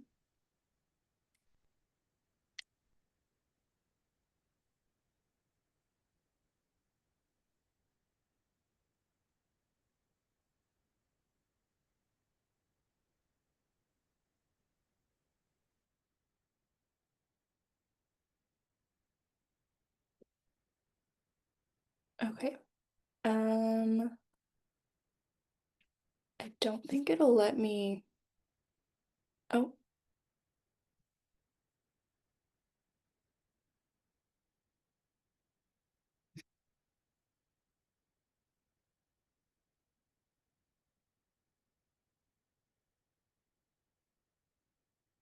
okay, does anyone want to go first?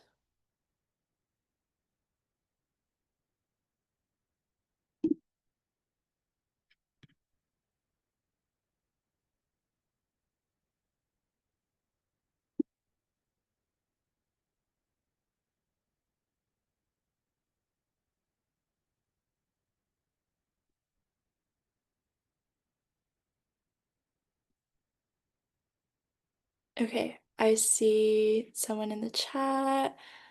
Um, do you want to unmute? I don't want to mispronounce your name. Can you hear I'm me? not sure if Yes, you I guys can have hear you. played. Okay. Not sure if you guys have played Jeopardy before. I know some of the kids maybe don't watch it these days, but uh, uh, basically you would choose a topic and then everyone would just whoever has the first correct answer in the chat would get the points, and then the the winner of that round can then choose the next topic and then go from there essentially. So I guess quick typing still skills.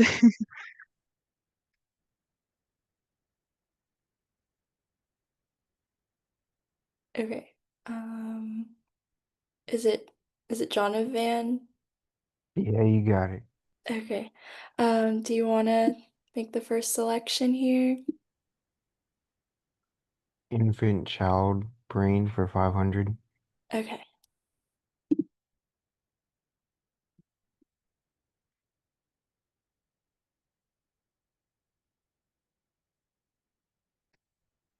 And then, like Gabby said, I think it's whoever puts it in the chat first. Okay. Perfect. I see Ruby got it. Oh,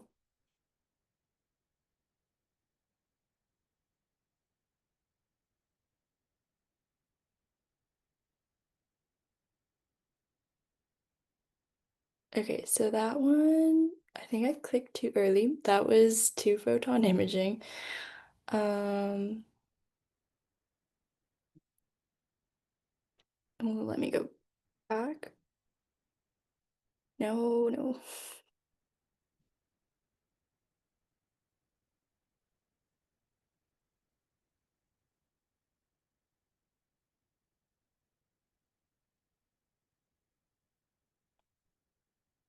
Okay, there we go. Sorry. Um,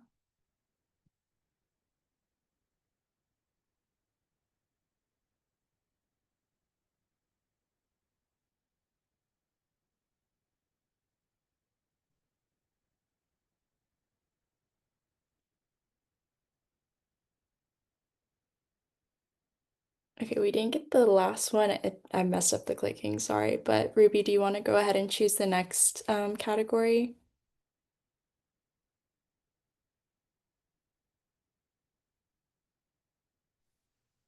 Brain states for 400.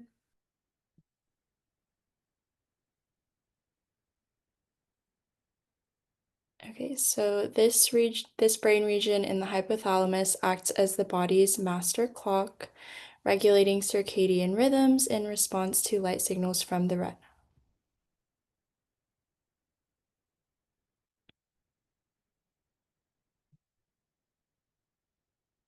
Okay.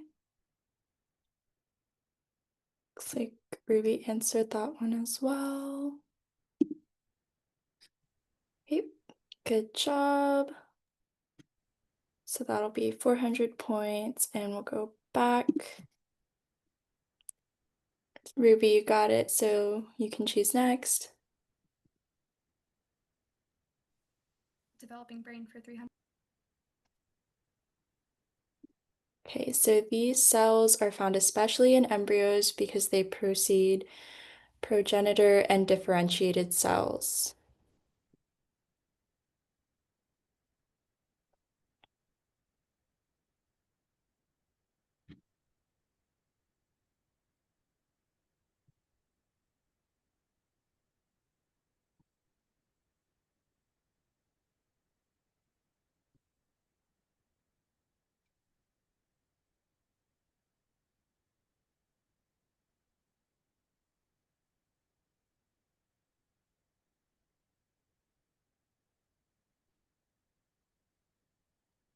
Is that time? Yep. Okay, so the answer to that one, what are stem cells? Okay. Okay. Do we give it back to Ruby or should someone else pick?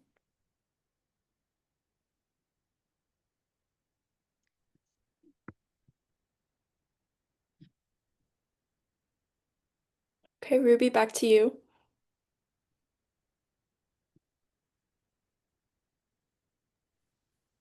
Adult and aging brain for 300. Okay. So the T in the ATN of Alzheimer's disease pathology stands for this protein. Okay, see, Ruby got it. What is tau? Very nice. Okay, Ruby, back to you.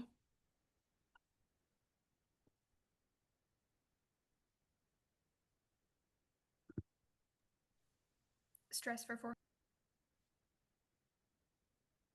Okay, so chronic stress weakens this defense system, making you more likely to get sick during exam week. Okay. Correct. Yep, Jonathan got that one. What is the immune system? Very nice. Okay, we'll give it to you. Dress for 500. All right. High levels of cortisol over long periods damage neurons in the brain region, causing memory and learning problems.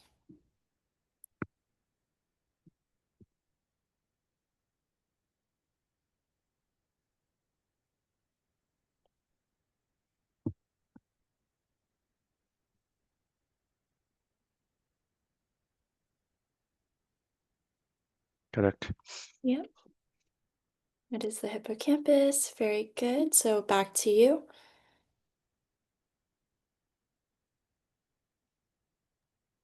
Dress for 100.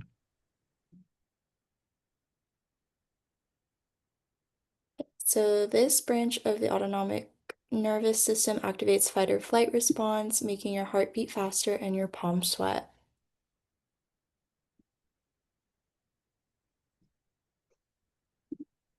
Yep. So what is the sympathetic nervous system? Ruby, back to you.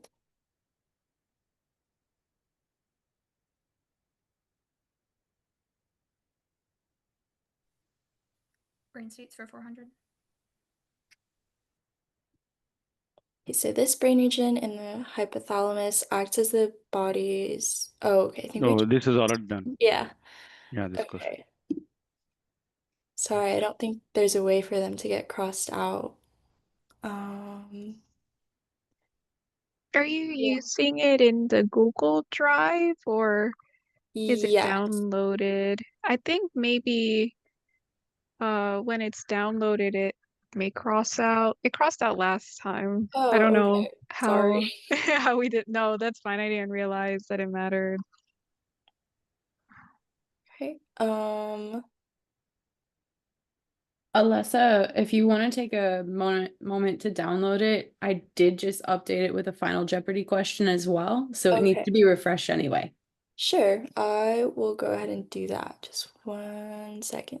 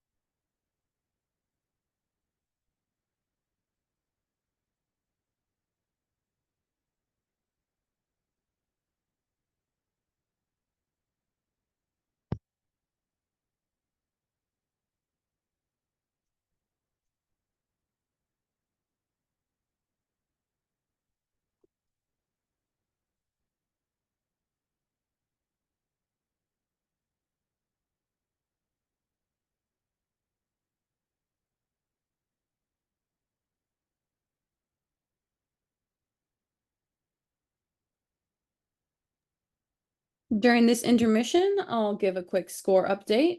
So right now, leading the pack, Jonathan with 900 points, and close behind, Ruby with 300 points. Our other two participants are yet to get on the board, but we're excited to see some points from you all soon.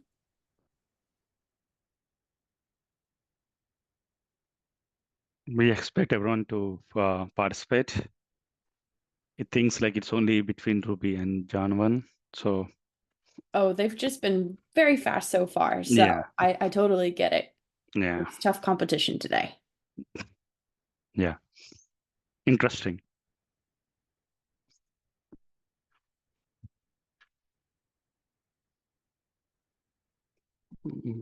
I think stress 500 is over, so I'm expecting other 500 for other domains. Okay, then I'm having issues getting it downloaded. Is someone else able to download and open it as a PowerPoint? Let me try. Okay.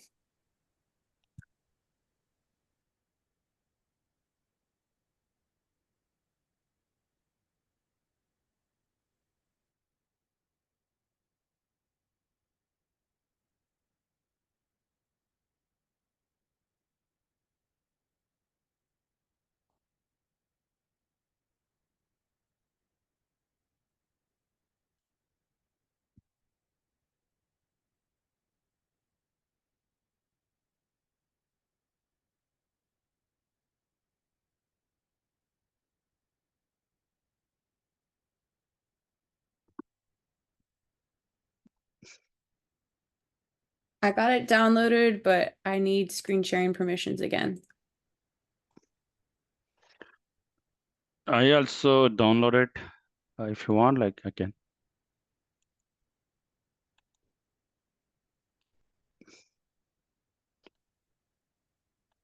Do you want me to like share? Or I- like you I think you both should have sharing privileges now. Let me know if you I can't have it. share it. I have it. I have it. Oh, okay, cool. Can you do it? Okay, cool. Right. I think which one I need to like cross down, right? But there is no. How can I like cross down? Should I like? I think 500 from stress is over, and then Do you want me to read out the questions that have already been chosen? yeah, so that I just remove them unnecessarily, like or Yep. like some. I'll put a different color so that it people will know like it is Yeah. Development for 300. Development for 300. Okay. Mhm.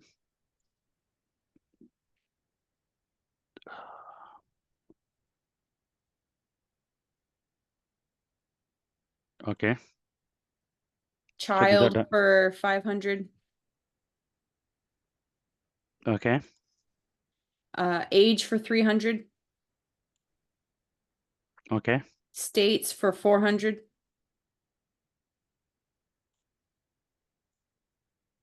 Okay. And then for stress, it's 1, 4, and 5.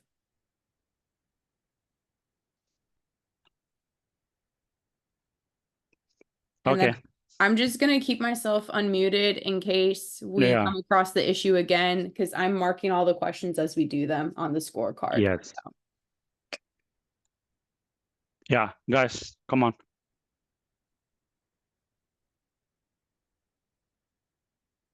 The last question was Ruby. So Ruby, you have control of the board. Brain states for 300.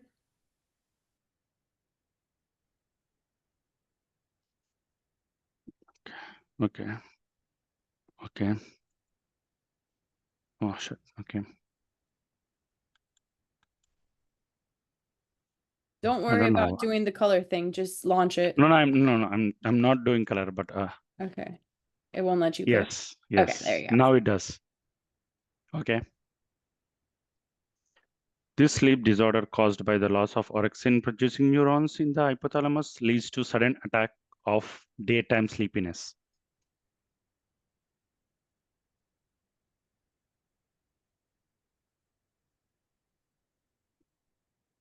Someone has to tell me, or else I can't able to see the chart. If someone says, I can Review click.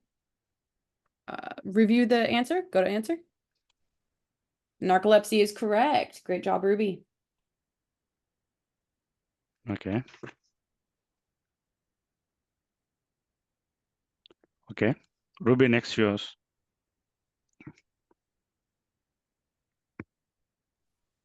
Stress for 300.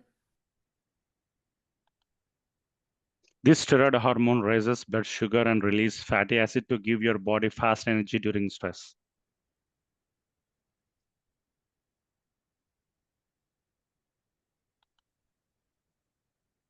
All right, review answer.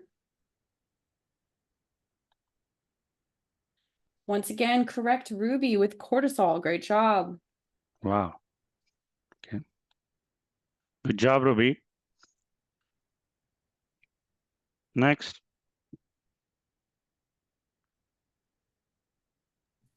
Infant child brain for 400.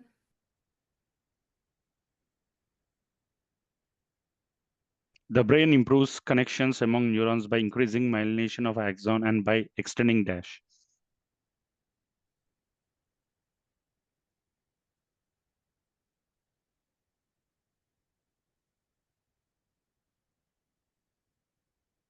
All right, review answer. That is correct. We'll give you credit for dendrites. You're still in control of the board.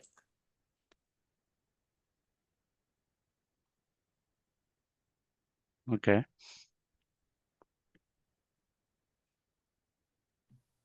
Brain states for 200.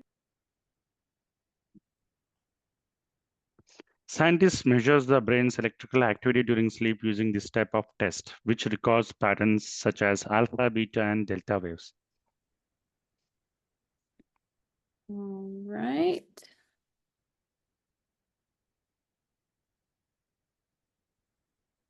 Go ahead and review the answer.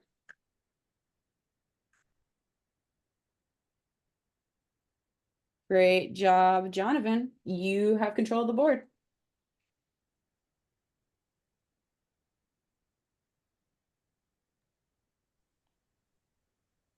Stress for 200. During stress, the pituitary gland releases these hormones into bloodstream to signal the adrenal cortex.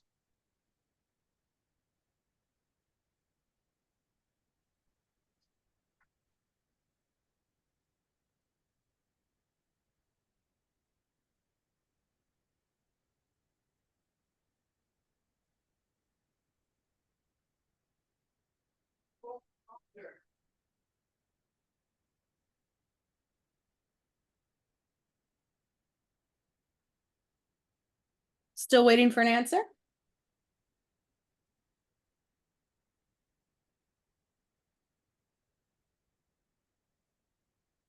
All right, click to review an answer.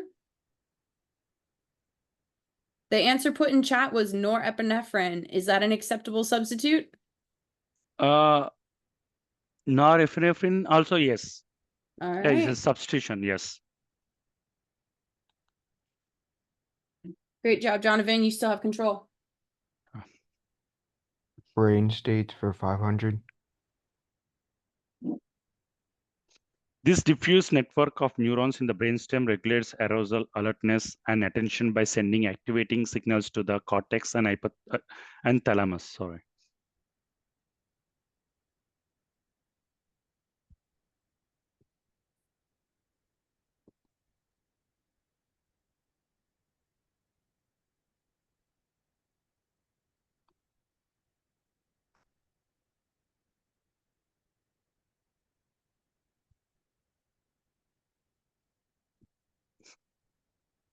All right, you got another. Oh, okay. Our answer has appeared.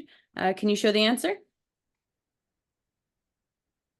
That is correct. Great job, Ruby. You have control of the board. That's a brain state, right? That 500? was states for 500, yeah. Yeah, states for 500. Okay. Adult and aging brain for 400.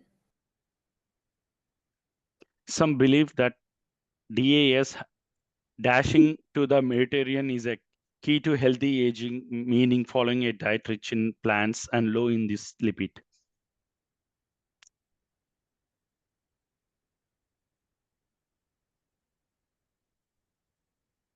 All right. Show the answer, please. Great job, Ruby. You've still got control. So which one that is 400, right? That was aging for 4. Aging for 4. Okay.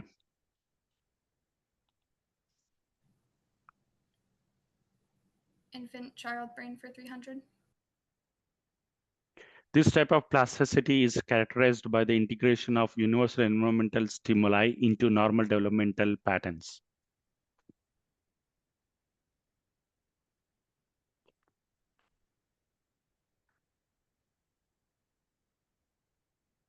All right. Review the answer, please. Experience expectant plasticity is correct. Great job. You still got control, Ruby.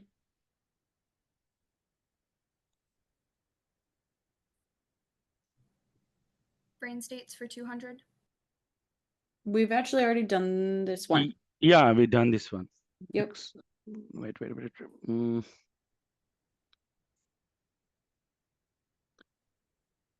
We have, Okay.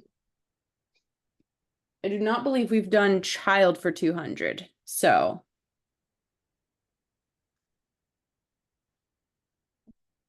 Okay. let's We go did not ahead. Let's do okay. child for 200. Yeah. We did not do this one. The process of dash facilitates the reduction of some synapses and the stabilization of connections during early childhood. That it reveal the answer? Yep. That is correct. Okay.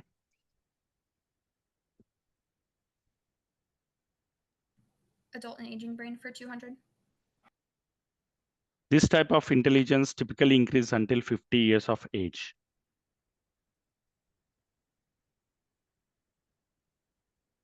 Review the answer. That is correct. Great job, Jonathan. You've gained control of the board again. So it is like adult 200, right? Adult 200, yep. Yes. Okay. Brain states for 100. All right, and closing out brain states. During this stage of sleep, active dreaming occurs and the body's muscles are paralyzed, except for those controlling breathing and eye movements.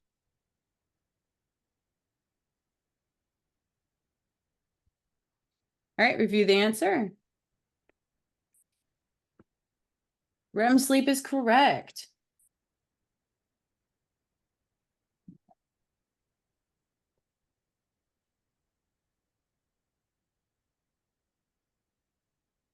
We have a few more questions. Good job. Adult and aging brain for 500.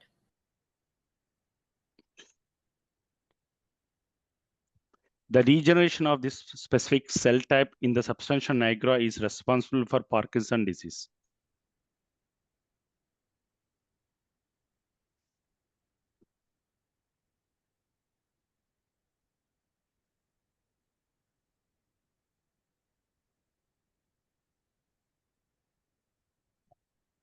Got 10 more seconds.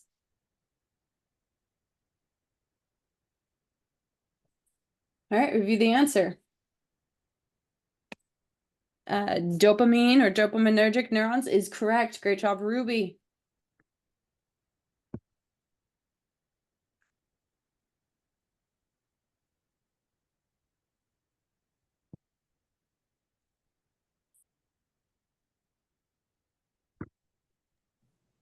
Infant child brain for 100.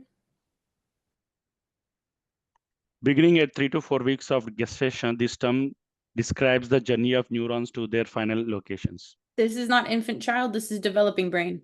Oh, sorry. Infant child, right? Okay. Okay. Come on. Oh, infant child. Okay. Right after birth, this part of the brain is the fastest growing region.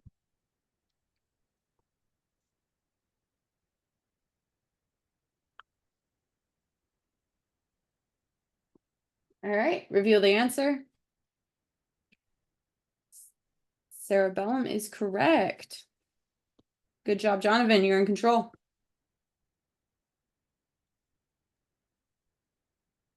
Adult and aging brain for 100. This type of brain matters, which gets its name from myelination increasing during early adult aging. Reveal the answer. Wow, so fast. White matter is correct. Ruby's got control again. We have a single category left, 4 different questions. We almost done everything except one. And One this is the category. challenge chapter because it wasn't presented in lecture today. Yeah.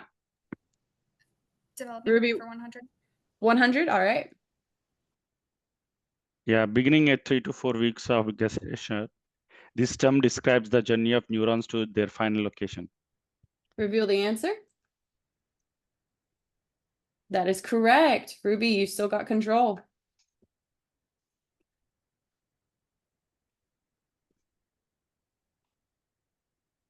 Okay.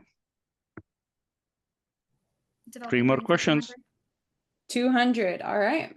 These are life-sustaining chemical signals, and without them, cells undergo apoptosis.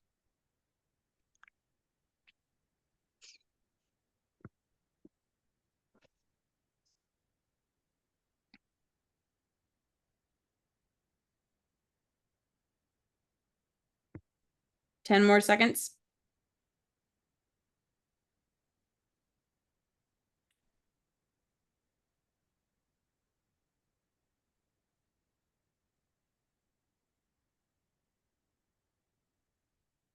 All right, reveal the answer. Oh, too Oh, fast. oh shit. The answer is trophic factors. Trophic factors.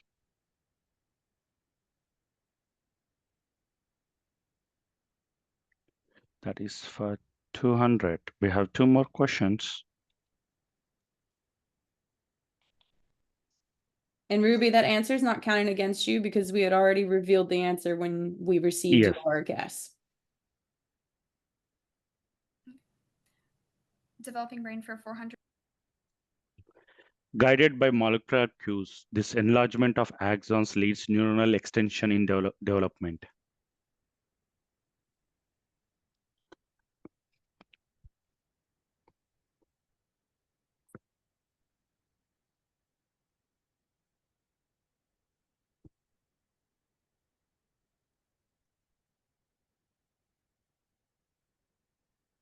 Give it another 10 seconds.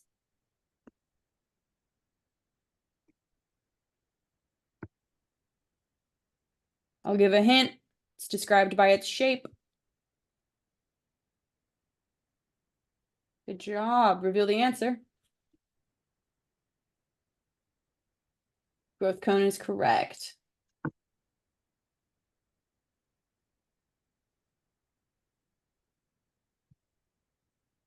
Which leaves us with a single question. So who wants that? No, click on it. These gaps in myelination allow for the rapid neuronal signal transmission in solitary conduction. All right, reveal the answer. Notes of Ranvier is correct. Great job. All right. Okay, we are done. No, can you actually proceed to Final Jeopardy? This one? Mm-hmm. Okay. All right, the topic for the Final Jeopardy question is brain imaging. Brain imaging. The scores. Jonathan, you may wager up to your full score of 1,600 points. Ruby, you have 4,400 points. You may wager Wow. up to your full score. Please send your wagers in the chat. You may send them privately to me.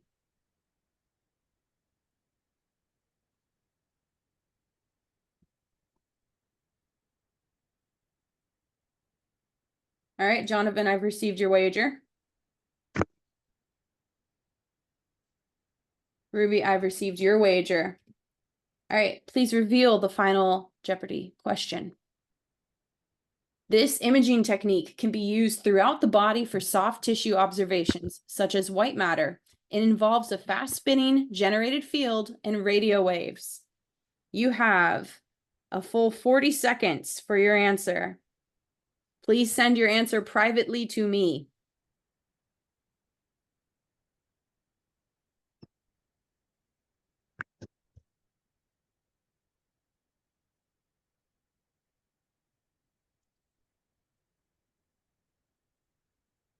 All right. Please reveal the answer. The correct answer is magnetic resonance imaging, or MRI. Both of our participants who wagered were correct. So that leaves our final score with Jonathan of 3,200 points and Ruby, our winner, with 6,400 points. Excellent job, everyone. Thank you so much for participating tonight. Thank you, everyone. Before we sign off, Ruby, can you let me know what school you attend? We'll be sending you over a Jeopardy winning prize for your great job today, and great job to everyone who participated and the lecturers. That was really great. So you could type it in the chat, or you can unmute just so I can get your school.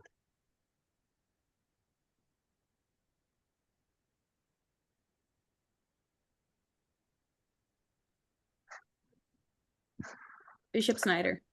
All right, perfect. Thank you, everyone. Have a good night. See you Good next night. See month.